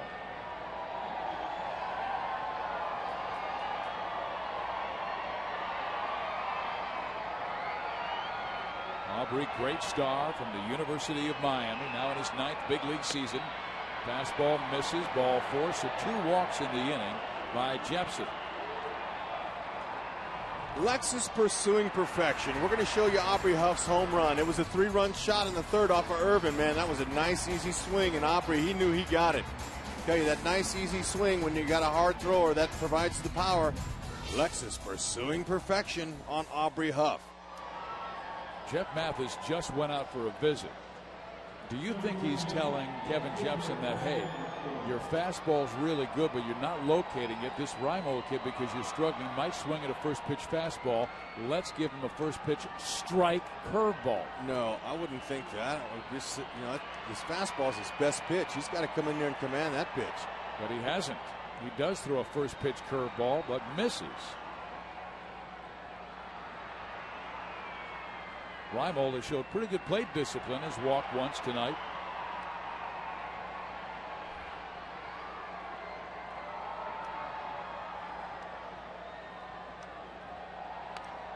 Fouled off. You know what? He did something that no other major leaguer has done. Get their first major league home run off of Mariano Rivera in the 9th inning. Ooh, How man. about that? What a trophy case that ball's going to sit in. He was the best in June of all the young players.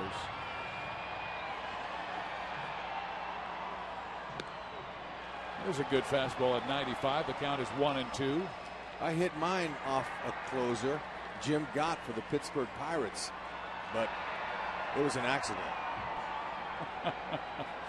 Jim Gott. You didn't have to admit that. What a class act that guy was. The next day he's in the outfield. He came over to me and wanted my autograph. The 1-2. He blows him away with a high, hard heater. 2 walks, left stranded. 6-1 Baltimore.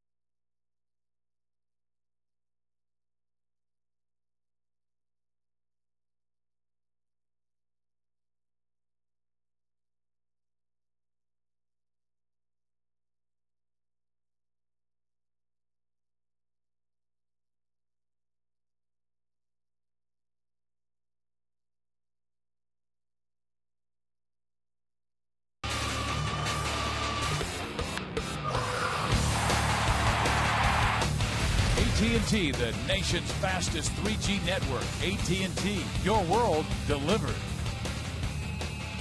We head to the bottom of the 6th inning of play. Steve Physiok with Rex Hudler, and David Hernandez still out on the hill. He is pitching his best game in his major league career. This is only his 5th game. Came in with a 4.19 ERA. He has allowed just 1 run to the Angels on 4 hits. And facing Torrey Hunter for the 3rd time, he struck him out and got him on a fly to center. And he has thrown strike 1 to Hunter on all 3 occasions. Popped him up. Torrey slams the bat down. It's Wieters near home plate. 1 out. Well, you've got to credit this kid. He's got really nice movement with his fastball.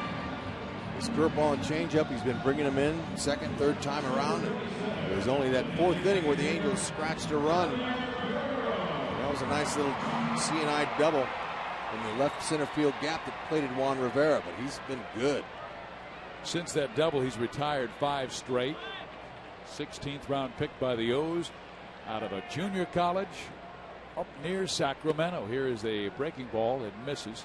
Or is a strike, excuse me, to Vladimir Guerrero. Guerrero is 0 for 2 with a pop-up and fly out. Almost hit a home run, but struck it foul down the left field line. And there is a blooper into center field, a base hit for Vladdy. The 5th hit for the Angels tonight. Angels have had their leadoff man only 1 time on against Hernandez. Doesn't matter. When he swings, he's so strong he can get jammed and he can flare him over the infield. Now that hit on the label a little bit, but he's strong enough to take a full rip like that and get him a knock. Big fly gets the Angels right back in this game, and one of their best power hitters is coming up right now, Juan Rivera. And he comes back with one right at us, just beyond my reach. This is one of the rare times where you didn't knock me out of the way. Yeah, it's out of mine too. Good rip though by Juan. Last 17 games, look at how productive he's been. 31 years old. He's looking for something more than that single he got. Excuse me, he hasn't gotten a single yet today. He's looking for something for his birthday. He's got a walk and he scored a run. He is a good low ball hitter. Remember that breaking ball he got against Texas and hit it over the center field wall? Anything out over, he's going to put a rip on it.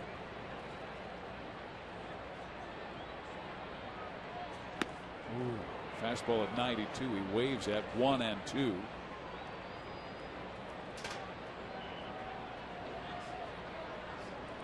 He had a great duel with Frank Francisco that we talked about earlier tonight in that 9th inning that tied the game with a 3-run home run.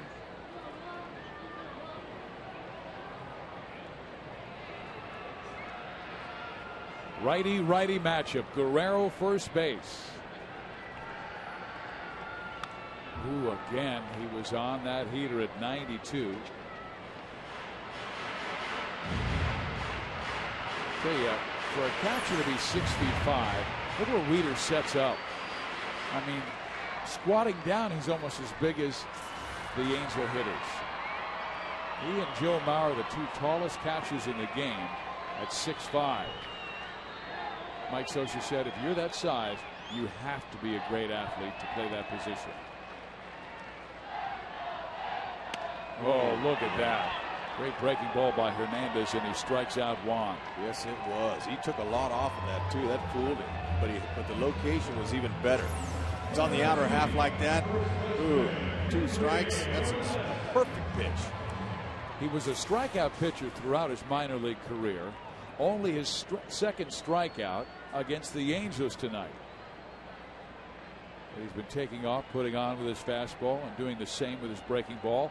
And he hasn't walked many. He's only walked 1 batter. That was Morales back in the 4th. Kendry takes a fastball. I was talking with Kendry today and also yesterday about the Cuban left-handed pitcher, Aroldis Chapman, who vanished before his first ball was thrown at a tournament in the Netherlands, leaving his whereabouts, they say, a mystery. Kendry just smiled about that.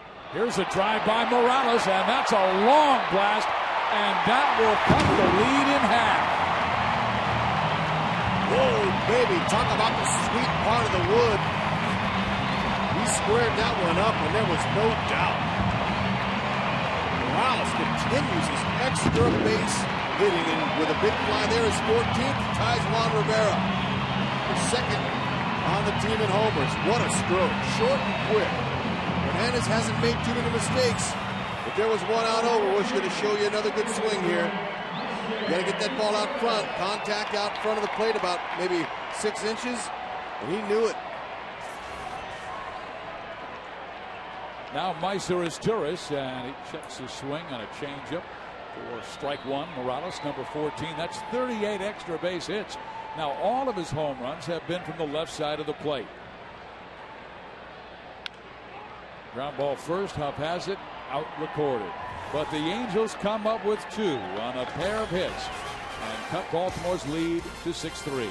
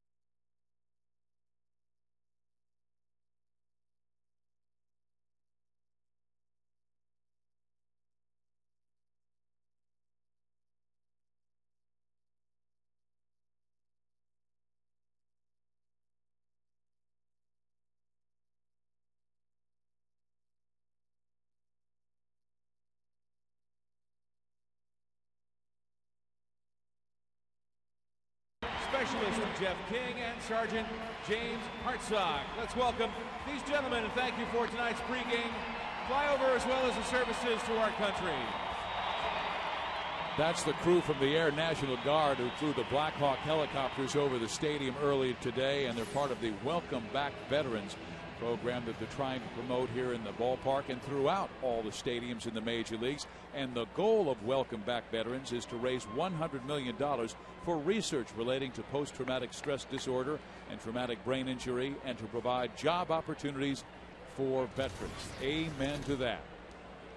Man, and that was pretty cool, those big helicopters. You know, they didn't just fly over. They only flew over probably about looked like maybe 50 feet over the top of the stadium, but then they swung around and they did 2 little laps around the ballpark after that. So they gave the fans their money's worth. And tomorrow night, we're going to have another flyover. I think it's a C-17 that's going to be flying over, and that thing is huge. So bring your kids out and watch that, and then watch a great baseball game, plus a fireworks show after the contest. This is game 2 of a 4-game series between the Angels and Orioles. Rich Thompson, the new pitcher, taking on Luke Scott.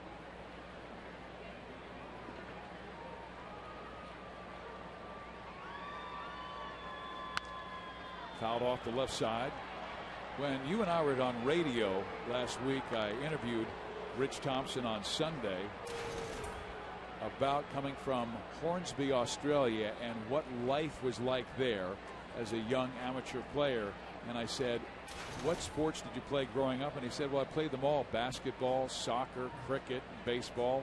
And I said, well, why'd you choose baseball? And he said, it kind of chose me.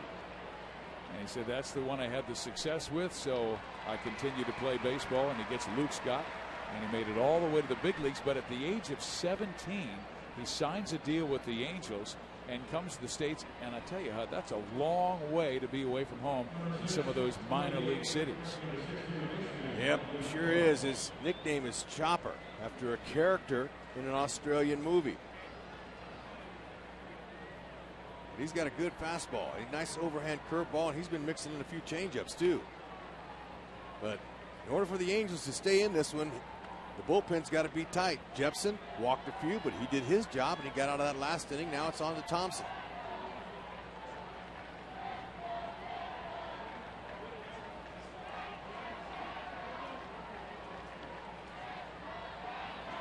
Mora doubled his last time up.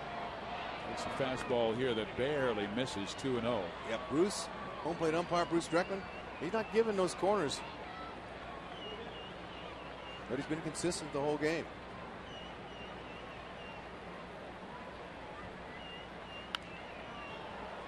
Got away with one. A little late life at 93 miles an hour that Mora could not square up.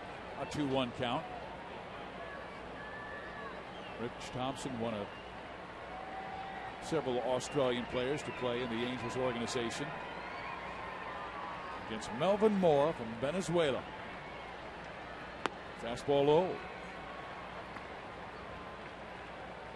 Thompson married a U.S. gal in Arkansas when he was playing minor league baseball for the Angels.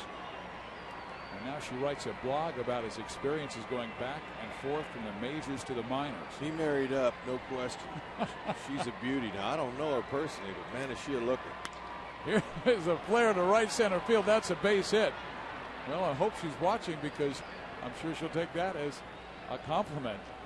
Well, that's what it's meant for. Exactly. How about this? Jack in the box. We're going to show you inside the box, but outside the box, we had a flyover. That's right, the Exmo camera that we have, super slow motion, is showing those blades turn at a beautiful speed as they entertain the fans, flying over before the game, like I said, about 50 feet over the stadium. That's Jack, who lives in the box, but those beautiful helicopters were outside.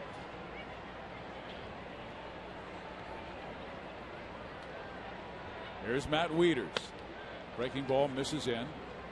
Wieters has flied out twice to center field and been intentionally walked. The Angels have cut the lead in half, and now they want first Jepson and now Thompson to keep it close.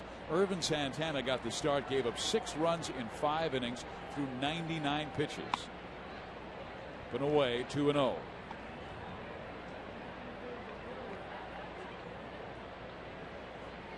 Thompson's best 2 pitches are the fastball and the curve.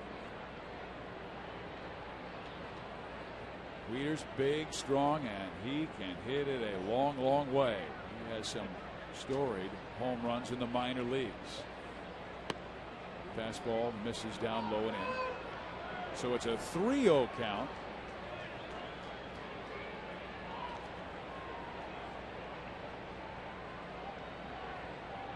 Angels were down 6-1. Then Morales hit a 2-run home run in the 6th.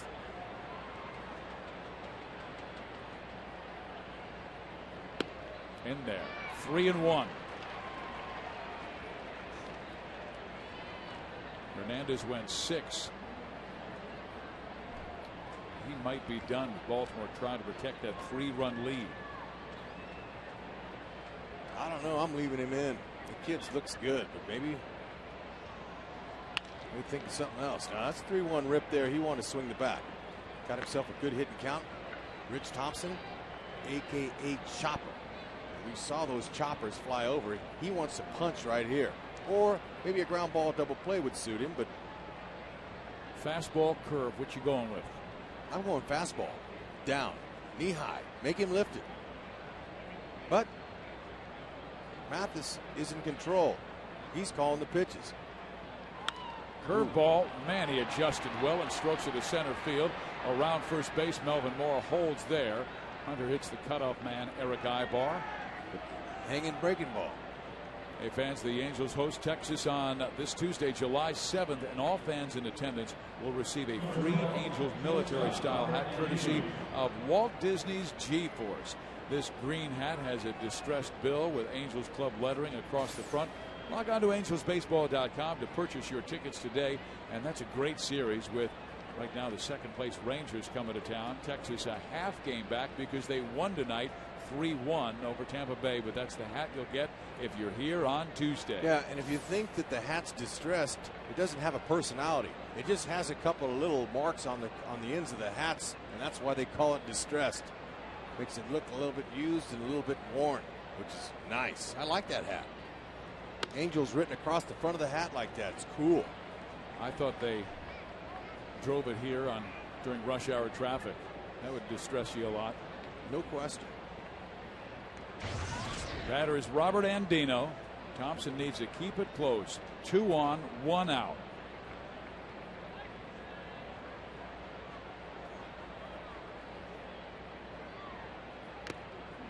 And the Angels bullpen pitching much better in recent weeks. I mean, they're still dead last in ERA with an earned run average right at 5.3. But since June 12th, a span in which the Angels have gone 14-5, the bullpen is 4-1 with 8 saves and a 3.44 ERA. Their job, keep it right here and allow the offense to come back. Mike Butcher's been working overtime with so many pitchers up and down because of the injuries this year. Fastball misses. But you know, I saw Jim Palmer talking to to Mike Butcher, excuse me, before the game, and Palmer came up here and he had rave reviews about Mike Butcher. He talked about, man, is that guy smart? He's got knowledge. He understands the art of the pitching, and Mike Scioscia knew that. As he says, that's one Hall of Famer talking about Mike Butcher like that. That's outstanding. Scioscia knows. In the air, right field, Bobby Abreu makes the catch. Mora tags. He's off the third base and will make it safely. 1st and 3rd for Baltimore in the 7th. Yeah, because Jim Palmer, for as long as he's been playing and now broadcasting, still is fascinated about talking of the art of pitching. And he was in a deep conversation for Mike Butcher for a good 15 minutes. Well, that's why the Angels, once they lost Buddy Black to the managerial role for San Diego, they went to Tampa and said, we'd like permission to talk with Mike Butcher, who came up in our system, knows our minor leaguers. And they said, okay, we'll let him go home. That's a little closer to Phoenix. It helped when Butcher said, hey, look, you know what? I miss my family. Yeah. If there's somebody else out there, especially the Angels, man, can you do me a favor and let me go? See, so it has to be mutual. They wouldn't let him go. And Madden, the excellent guy he is, he says, Butchie, no problem, man. We'll let you go. Just don't beat us in the playoffs. The Angels wish they had the opportunity, but they were knocked off by Boston last year. Then the Rays beat the Red Sox. Batters Brian Roberts. He's singled tonight. 2-0. Both Jepson and Thompson have not been able to command the count. But they got 2 outs. If you can get it out here, hey, look, no runs by both of those guys. Give that Angels a shot here as they'll go with their 8 and 9 hitters to lead off the next inning. Mathis and Ibar.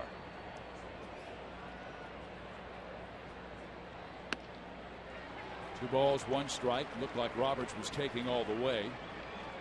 Irvin Santana made the comeback tonight. His 2nd time on the DL. Started the year on the DL because of arm problems. And then because of a tricep discomfort, the sideline almost a month. Out since June 11th. He got the start, gave up 6 runs in 5 innings. 1st and 3rd for Baltimore. Roberts swings and taps one. Figgins has it. He'll go to first base, record the out. Nice job by Rich Thompson, the kid from Hornsby, Australia.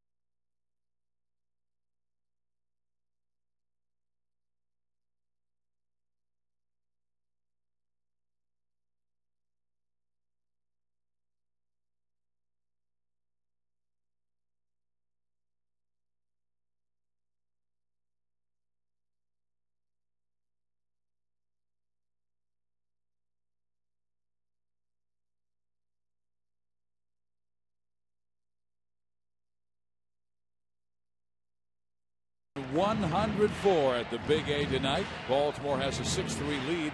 The Angels crawled a little closer in the 6th inning on a 2-run home run by Kendry Morales. And David Hernandez has been in there for 6 innings, has given up 3 runs. And he will come out for the bottom of the 7th, facing Jeff Mathis, Eric Ibar, and Sean Figgins. Jim Johnson, though, is ready in the bullpen if needed. Yeah, but I'm thinking along with Tremblay. Lead him in. He's been good. If he gets through this inning, hey, congratulations to the young man. He's had a good outing. Skied in the air, left side. Adam Jones, 1 out. Tell you, Adam Jones, he's a lot like Torrey Hunter. He's going to take everything out there. So the corner outfielders, they love that when you got a guy who's young, aggressive, and gets to all those balls. That's a break for you. Johnson continues to warm in that Orioles bullpen.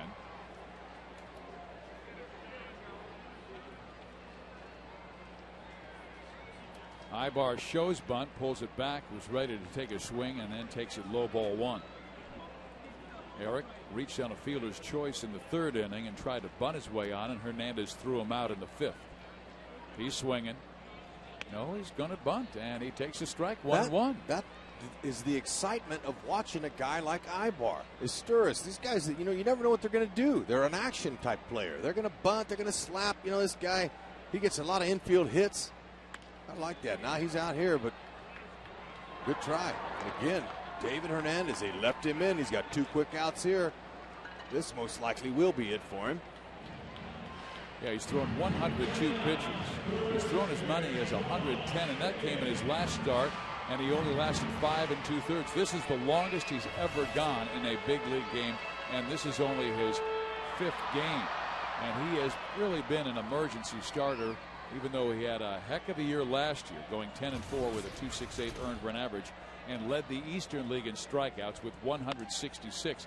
He's probably in the major leagues before he's ready, but hey, he's got a good arm, and he is throwing well tonight. You could say that about a lot of pitching staffs in baseball. They brush these kids up nowadays and see what they got.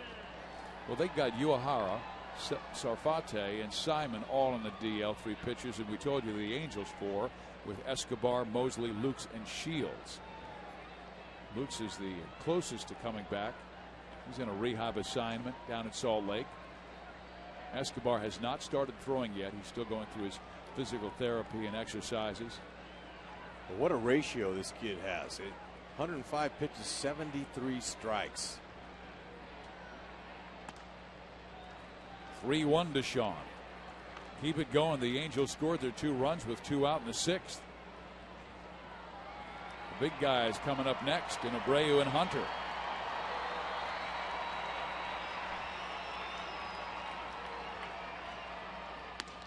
He walked him.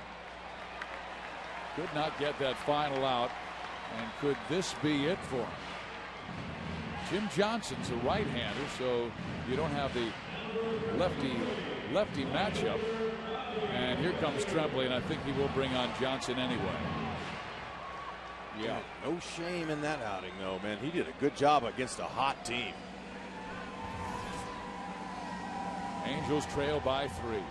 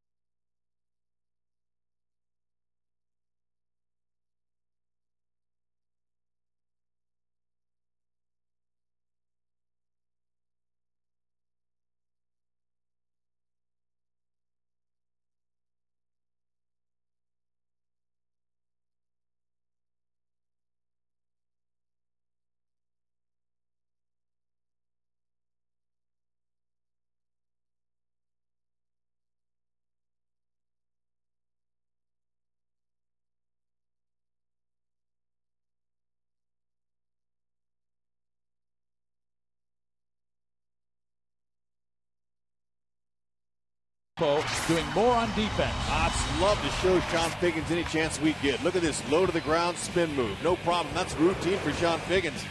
He's been outstanding this year. Now he has made 7 errors, but you know what that ranks? 5th in the American League. That's not too shabby.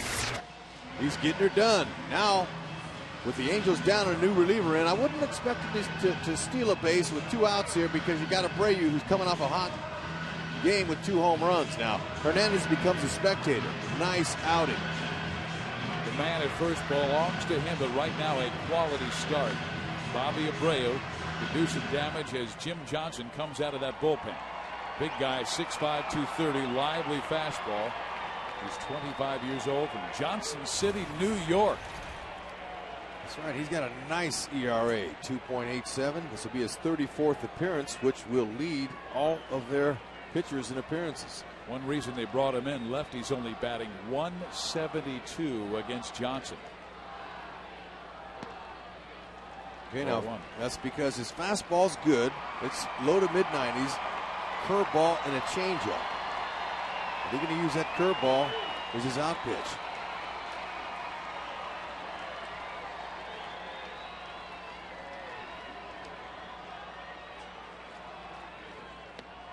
Abreu takes another inside, and the count is 2-0.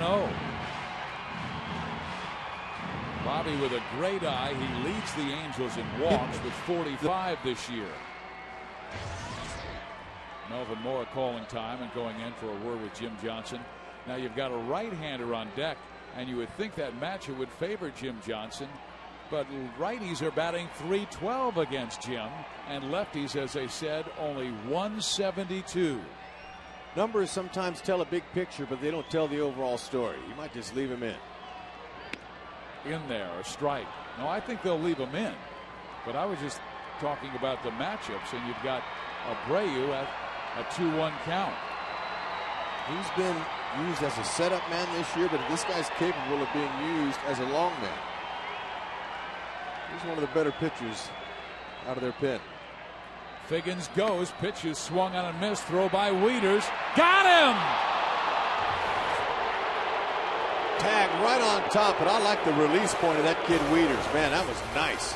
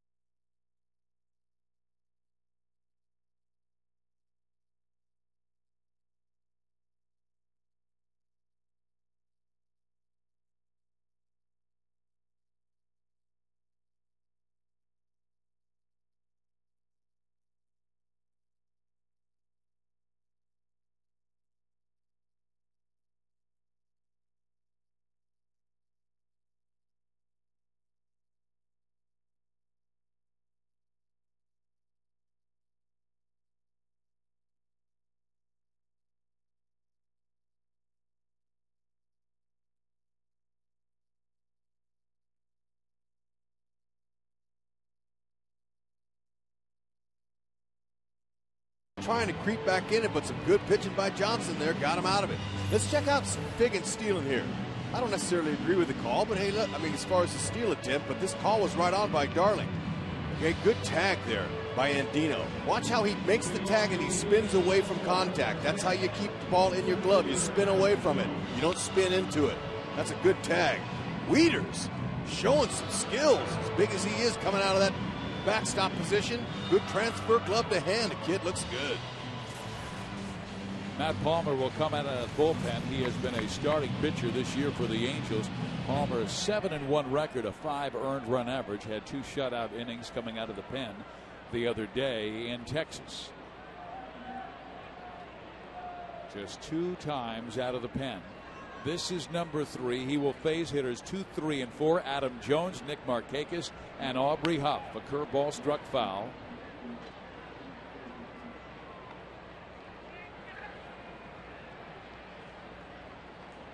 All right, Palmer, let's see if he's get that good movement going in short notice. He's got good natural movement. He's got a sinker in to a righty. Curveball down. That's a nice spot there. It wasn't called, but that's a good spit pitch. That's where he wants to stay. He's not overpowering, but he'll go 88 to 90. There's his curve. That's a good one. It drops off the table. And he'll also can elevate and get a few strikeouts, but he wants to try to get back into this count.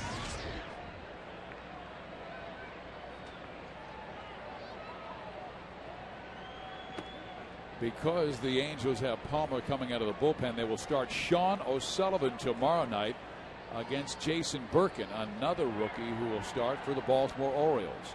Joe Saunders and Rich Hill go on Sunday. Then Texas comes to town. A ground ball struck to Sean Figgins. He has it with his bare hand throw. Look at that arm. For a guy 5'7", man, he throws like Clemente. Fizz, you look at that arm. That's outstanding, man. That's beautiful to see. Barehanded. He didn't need to find the 4 seams on the ball is what you try to do. Look at him. He measured it up. He found the seams naturally, though. If we can show that again, watch how he turns the ball in his bare hand. He turns it. And that comes, young players, by playing catch, warming up. You find the seams. You find the 4 seams. And you do that naturally after you practice it day in, day out. And Figgy, he twirled that ball to find the 4 seams so he could throw a straight one. That's a nice skill work there. As Mike Scioscia said, he should be in the Gold Glove discussion. There are very good third basemen in the American League. Beltre in Seattle's having another fine year, but he might be done for the season because of the shoulder surgery that he's having. Alex Rodriguez always up there, and Scotty Rowland in Toronto. 2-0 pitch, and then you've got Longoria at Tampa, but Figgins has played as well as any of them. Mike Scioscia said, hey, I'm probably biased, but I see him every day, and he's making terrific plays. And as Sean said in spring training, I am now a third baseman. You know, he was Mr. Utility Man before. They'd play him all over the place, and he'd get 500 at bats, but they just wanted his bat in the game. A walk to Markakis. Okay, we're talking to the great technicians in the truck, and I said, hey, can we find a grip? Watch him how he catches it, okay? He's going to catch it, and he's going to roll the ball, and he's going to find the seams naturally. Look at how he rolls it over. Gets right on the 4 seams and fires it across the diamond. You know, that just comes, what I said, from playing catch, and automatically when you take that ball out, you find the seams. This can be done at the youngest of age, you coaches out there. Teach them when they play catch to find the 4 seams so they can throw a straighter ball. 1 on, 1 out. 8th inning. Baltimore by 3.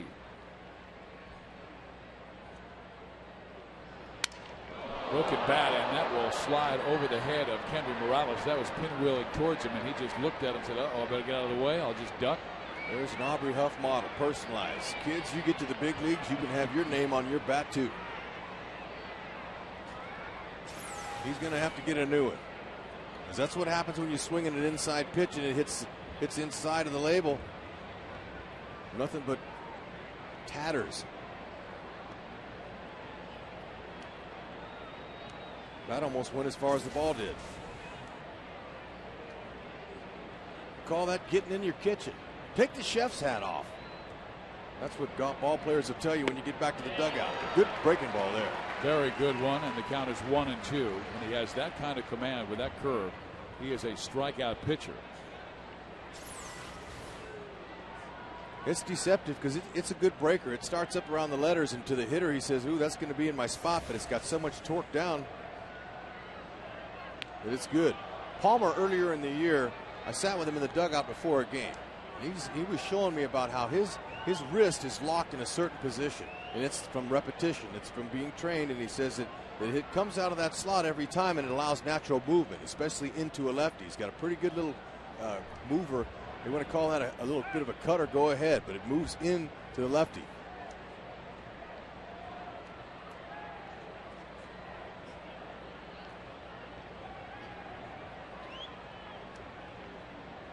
Right across those seams. Made the adjustment. Comes with the fastball. Hit up the middle as Torres has it. And they've got the inning-ending double play. A 4-6-3.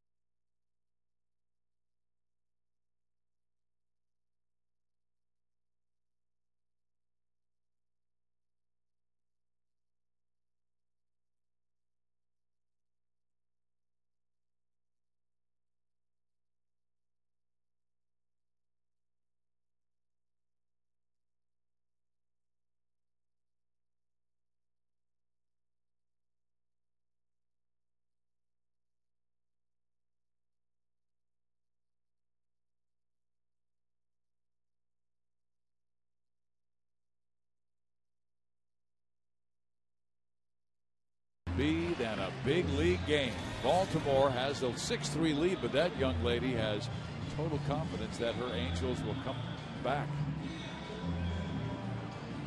I'll tell you what, summertime is here. Look at the curls on that boy. Man alive. That's some kind of do. There's women pay tons of money to get their hair to look like that. That kid's blessed. There you go. That's natural too, looks like to me. Of course, I'm not a hairdresser. But you did stay at a Holiday Inn last night. That's right. Bobby Abreu. Jim Johnson has not been able to get an Angel out, but he was the pitcher when Matt Wieters threw out Sean Figgins to end the 7th inning. So here to start the 8th inning, Abreu, Hunter, and Guerrero. George Sherrill is the Baltimore closer.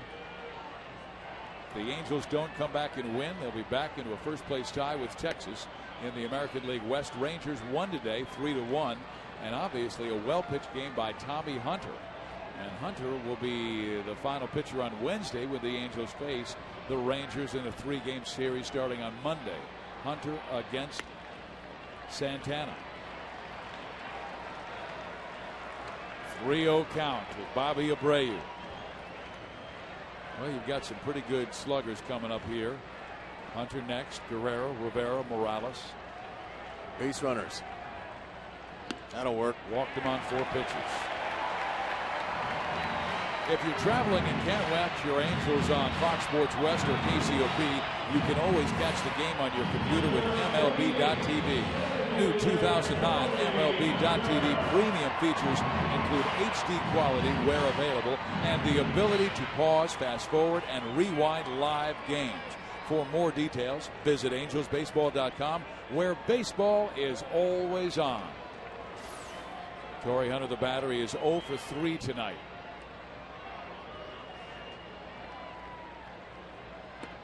Fastball catches the corner. Hunter struck out, flied out, popped up against David Hernandez. That's a little bit of sinking action away from Hunter. He'll use that 4-seamer up in the strike zone and out of the zone. But that's his bread and butter, is that sinking 95-mile-an-hour fastball. Abreu 17 for 20 stealing bases this year. With the meat of the order coming up, I think the Angels don't want to give any more outs away like that last inning when Figgins stole. Now, it took a perfect throw to get him, but you got to wait for the homer. You hope it happens. Fouled off, 0-2. Baltimore's big problem this year has been with their pitching. Last year, they were second to last in the American League, in the major leagues actually, second to last in the major leagues with a 5.13 ERA. This year, they moved up a spot to 28. Their staff ERA right at 5. Low 1-2. Bullpen's been a bit better, but the starting pitching has been troublesome. But tonight, Hernandez gave them a quality start, 3 runs in 6 2/3. Cleveland blasted Oakland tonight 15-3. The Yankees, we told you, won over Toronto 4-2. Burnett over Talent. A-Rod hit a home run, and Rivera saved his 21st.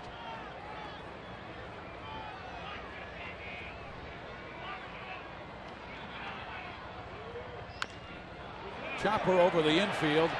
Oh, and he falls down, but still gets the force at second base. No way. Yes. When a pitcher falls down like that, he's throwing that ball in the outfield. Johnson, he must have had a talk with that ball the brief second he had it in his glove, because he went down like a ton of bricks. Good to see he's okay. But whenever a pitcher goes off the back of that mound like that, where it slopes down, maybe Barney Lopez, the head groundskeeper, should cut that grass. Looked like he tripped on a blade of grass. What a play. Just to get the out. That's a big out. That could have turned the game there, but nice play. Robert says, hey, look at that athleticism. He's going down. And to guide that there, that's something. Nice play. That may have saved the game for him, because all of a sudden would have been first and second, nobody out. Never know what you're going to see in a game. Now look at the grass got him. More a duck to get out of the way. Stranger things have happened, but Johnson says, how about that? That's nice to see. He's enjoying it. Of course, he got the out. If he throws it away, there's no smile on his face.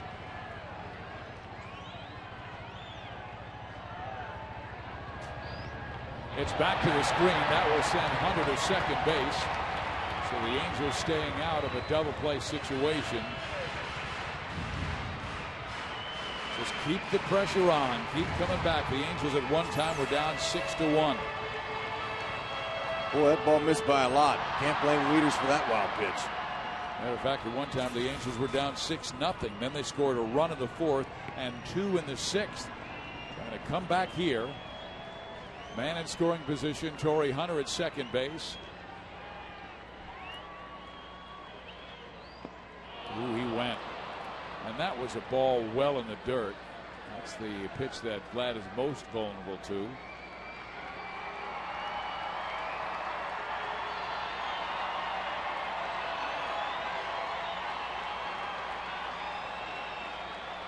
Deep and left is Reimold.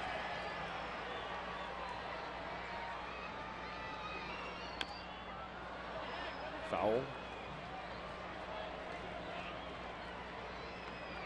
Angels won last night 5-2.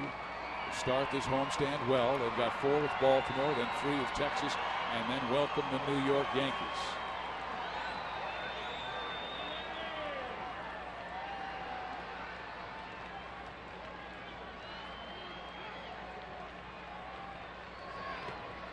Another one gets away from Wieters. A wild pitch. That will send Hunter to third base. And that, I believe, they'll keep the infield back and give up a run to get an out. Outs are more important right now. Wieters got a big body, so it's a little bit difficult for him to shuffle those feet. But Dave Tremblay says, you know what? This kid is my future. Seemed like he was trying to bury him in the dirt because Vladdy's swinging at those pitches. And this one bounces, and it is in the dirt, but blocked by Wieters. So they'll try it again at 3-2 this time. But because Vladdy swung at the one ball that was in the dirt, they've thrown 3 in the dirt since, and 2 have advance Hunter. Well, even though Vladdy has homered just twice this year, they still know he's got the potential, and he's swinging the bat a lot better. Wieters will take that one off his mask, keeps it in front, else Torrey would have scored.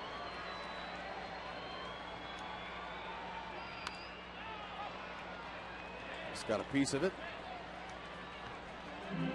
That one at 95 miles an hour and down. Glad a very good low ball hitter, but sometimes he goes after everything low. Doesn't want to strike out, doesn't want to make that second out. The Angels want to crawl a bit closer. Johnson wants the signs again from Wieters.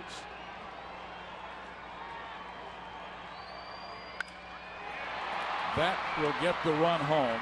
Guerrero is out. Hunter scores to cut it to a 2-run ball game. Now the Angels are in a situation where all they need to do is get a man on to bring the tying run to the plate. They have 4 outs to go.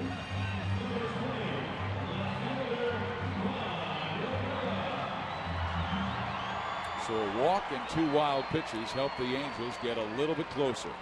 And Albert Pujols did it again. Hit his 31st in the 8th inning. A 3-run shot. That guy is hot. How do you pitch to him?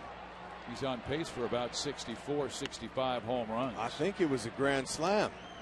It was a salami. Wow, that gives him 81 RBIs, and we're not yet to the All-Star break.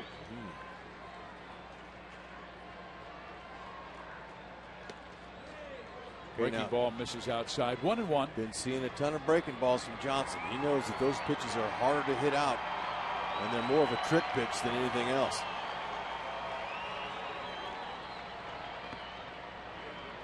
Two balls and 1 strike.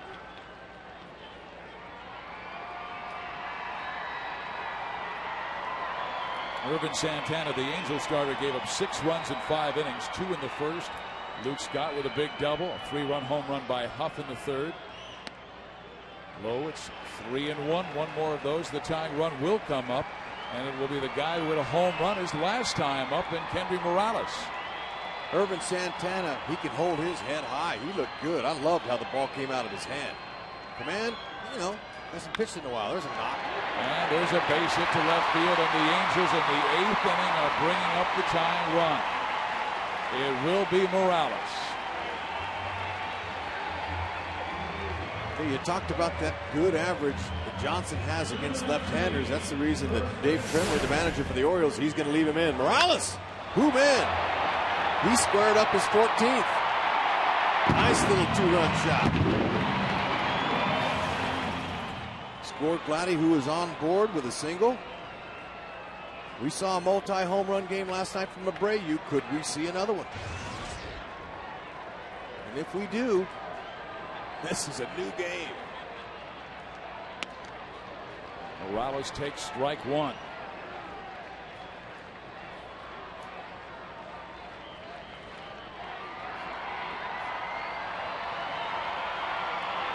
Kendry did have 2 home runs back on May 18th at Seattle.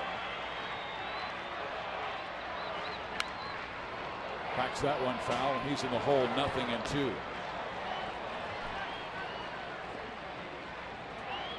Johnson's thrown 27 pitches, most of them in this inning, because when he came on, Sean Figgins was thrown out trying to steal early in his duel with Bobby Abreu. All right, he wants a fastball away. Center field. Jones is back. Has it measured. Makes the catch. The threat turned back, but the Angels get 1 run closer.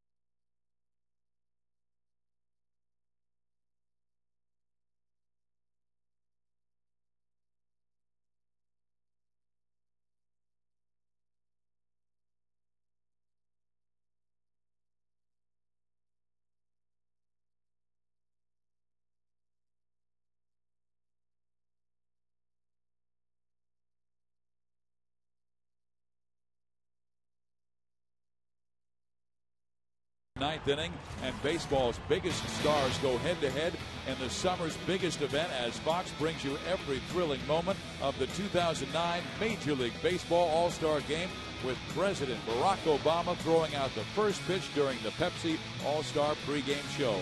Coverage begins Tuesday, July 14th, live from St. Louis at 8 o'clock Eastern, 5 Pacific, only on Fox. And if any of you out there want to come with us and raise money for the Down syndrome community, we'll be right here at the Big A watching it on the Jumbotron. You're invited. Of course, our seats are pretty much taken now, but it's going to be an exciting game. We're pulling for the American League, though, no question.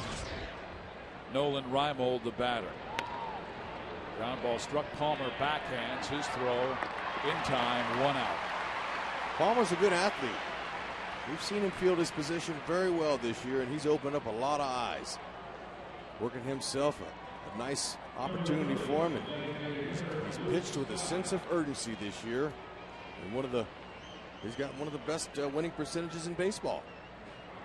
7 wins, 1 loss this year. He was selected by the Giants back in 2002 out of Southwest Missouri State. 31st round in 2002. With the Giants 7 years in their minor league system. Here's a good breaking ball in there to Luke Scott. Scott has doubled in 2 back in the first inning. And they lead by 2 now in the 9th inning.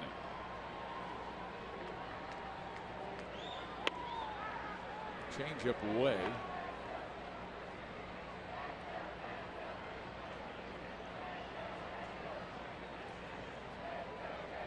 White Sox shut out Kansas City 5-0. That was John Danks. Man, has he pitched well.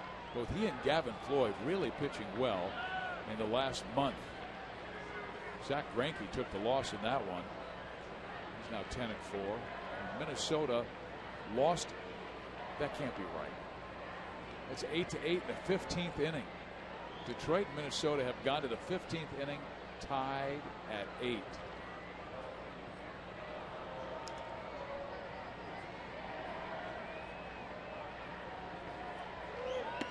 Outside. Palmer pitching Scott carefully. He should.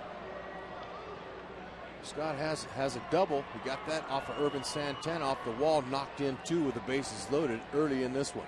But he's just missed a couple. He's skied some to center field.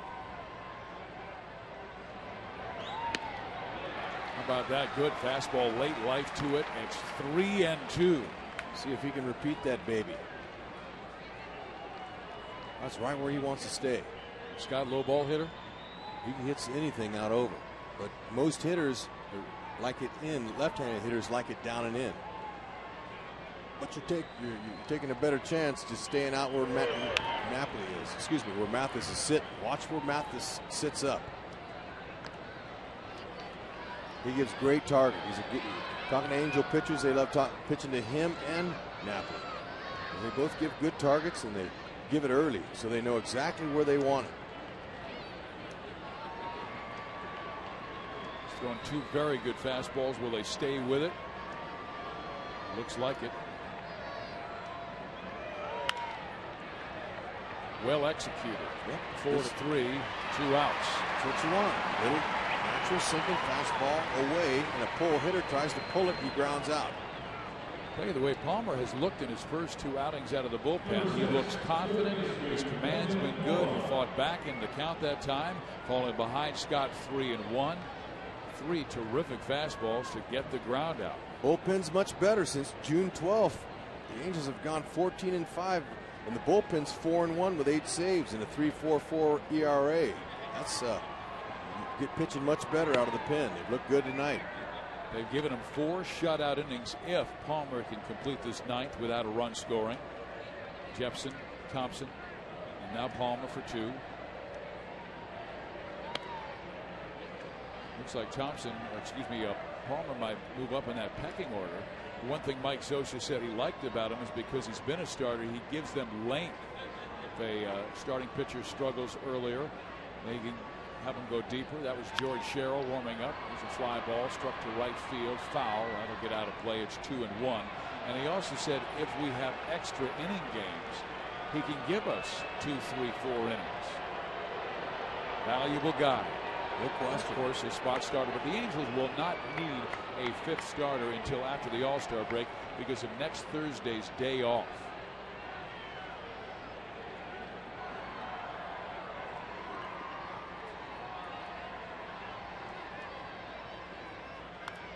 On his hands. Good pitch there, 2-2. Melvin just going to swing at anything close. Had a good rip on that. Kept his hands inside. So all you can do is foul it off. See all those foul marks on his bat.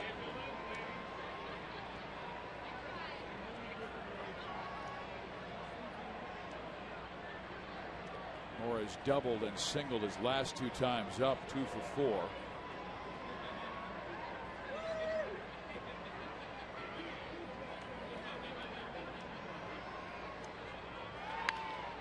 Drop down sidearm. Figgins has it and guns it across towards the out. Palmer, excellent, and 2 shutout innings.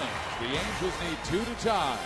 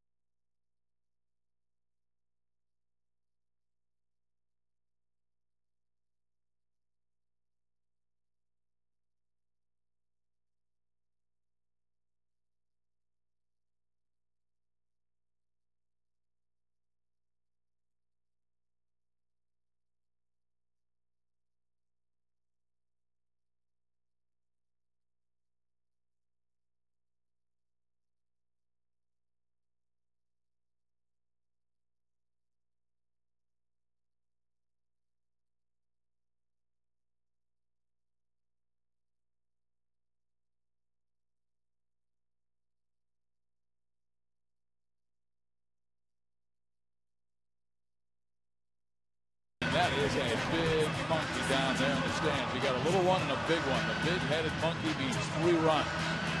3 runs wins the ball game. The Angels trail at 6-4. And hey, Angel fans, to get all your post-game interviews, features, and exclusive video, go to foxsports.com on MSN. Keyword FS West. Pink rally monkeys, black rally monkeys, gray ones, yellow ones, red ones. They gave away a patriotic tie Beanie Baby rally monkey last night. Yeah, a lot of fans Very popular. They were happy walking out of the game. Of course, the Angels won a nice one, but they were thrilled with their souvenir. Rally monkey's big here now. Rally Baby's out as well. Baltimore brings on their rally snuffer and George Sherrill. He is their closer. 17 for 20 in saves this year. Blew his 3rd save of the year on Wednesday versus Boston after converting 13 straight. And Meister tries to bunt his way on. He will turn Isturis around. And the Angels have still Jeff Mathis in the on-deck circle. I thought they might go with Mike Napoli because Napoli's been so good against left-handed batters this year. Well, you never know. They sometimes send up that hitter up there anyway, and then they might pull him off depending on what happens. But that was a good try by Isturis. Sherrill, he's an interesting story.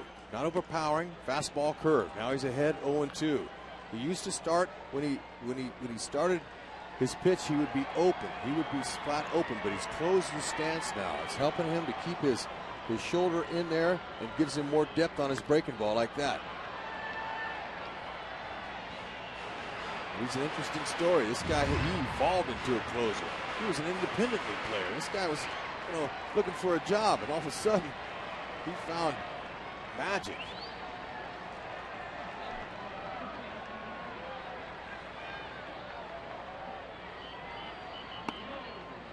Try to tease Mice are there, and the fog is rolling in. They've got a fireworks show after the ball game, and they're hoping they can see it beyond left field. Oh, as good as their show is here, they'll have no trouble. Foul back our way. I'm not sure if we're at the Big A or if we're at Candlestick Park. Remember, we've been there where you couldn't see the baseball. Sometimes when it was struck to the outfield, you just guessed that the outfielder would see it as well. The 1-2. That's right back up the middle. The Angels will bring the tying run to the plate. Well, they're going to go with Mathis right here, Rex, and then have Napoli pinch hit for Eric Ibar. Well, Mike Scioscia has a lot of confidence in Mathis here. Isturis, another good at-bat. He put a short swing on him, and he shot right back where it came from. That's a nice stroke. Doesn't try to do too much, does the little things, and does them as well as anybody in the game. Jeff Mathis had a clutch walk-off base hit earlier this year against the Boston Red Sox. There's a strike right at the knees. Jeff with 2 home runs this year. Cheryl, he's not overpowering, and it's not an automatic for this guy. But he's very deceptive. And he knows how to close games. Been doing it now for 3 years, 4 years. Fouled off. He has him down 0-2, but he had his Turris down 0-2 and then threw a high one and then bet him a pitch that Meiser could handle, and he singled up the middle. His Turris 3 for 4 in tonight's ball game. Jeff Mathis 1 for 3, laid down a beautifully executed bunt single in the 3rd. His job hit it far. Yeah. Easier said than done. You got that right. I just said it. Yeah, that's okay. We just have conversation about it. Yeah, we're fans watching the game most of the time. He struck him out. Yeah, there's a nice elevated pitch. Wieters, the catcher, he called for that. That was a perfectly executed pitch out of the zone. Looks good to the hitter. But by the time you swing at it, sometimes it's out of your zone. Well, here is Mike Napoli, and the reason Mike Scioscia's called him on, he's batting .488 against left-handed pitching this year. 21 for 43, 4 home runs. 0 for 1 off the bench as a pinch hitter this year. Keep her going.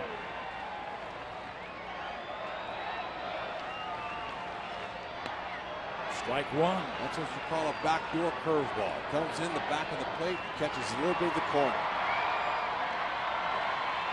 Mike has very good power to right center field if Cheryl chooses to work him away.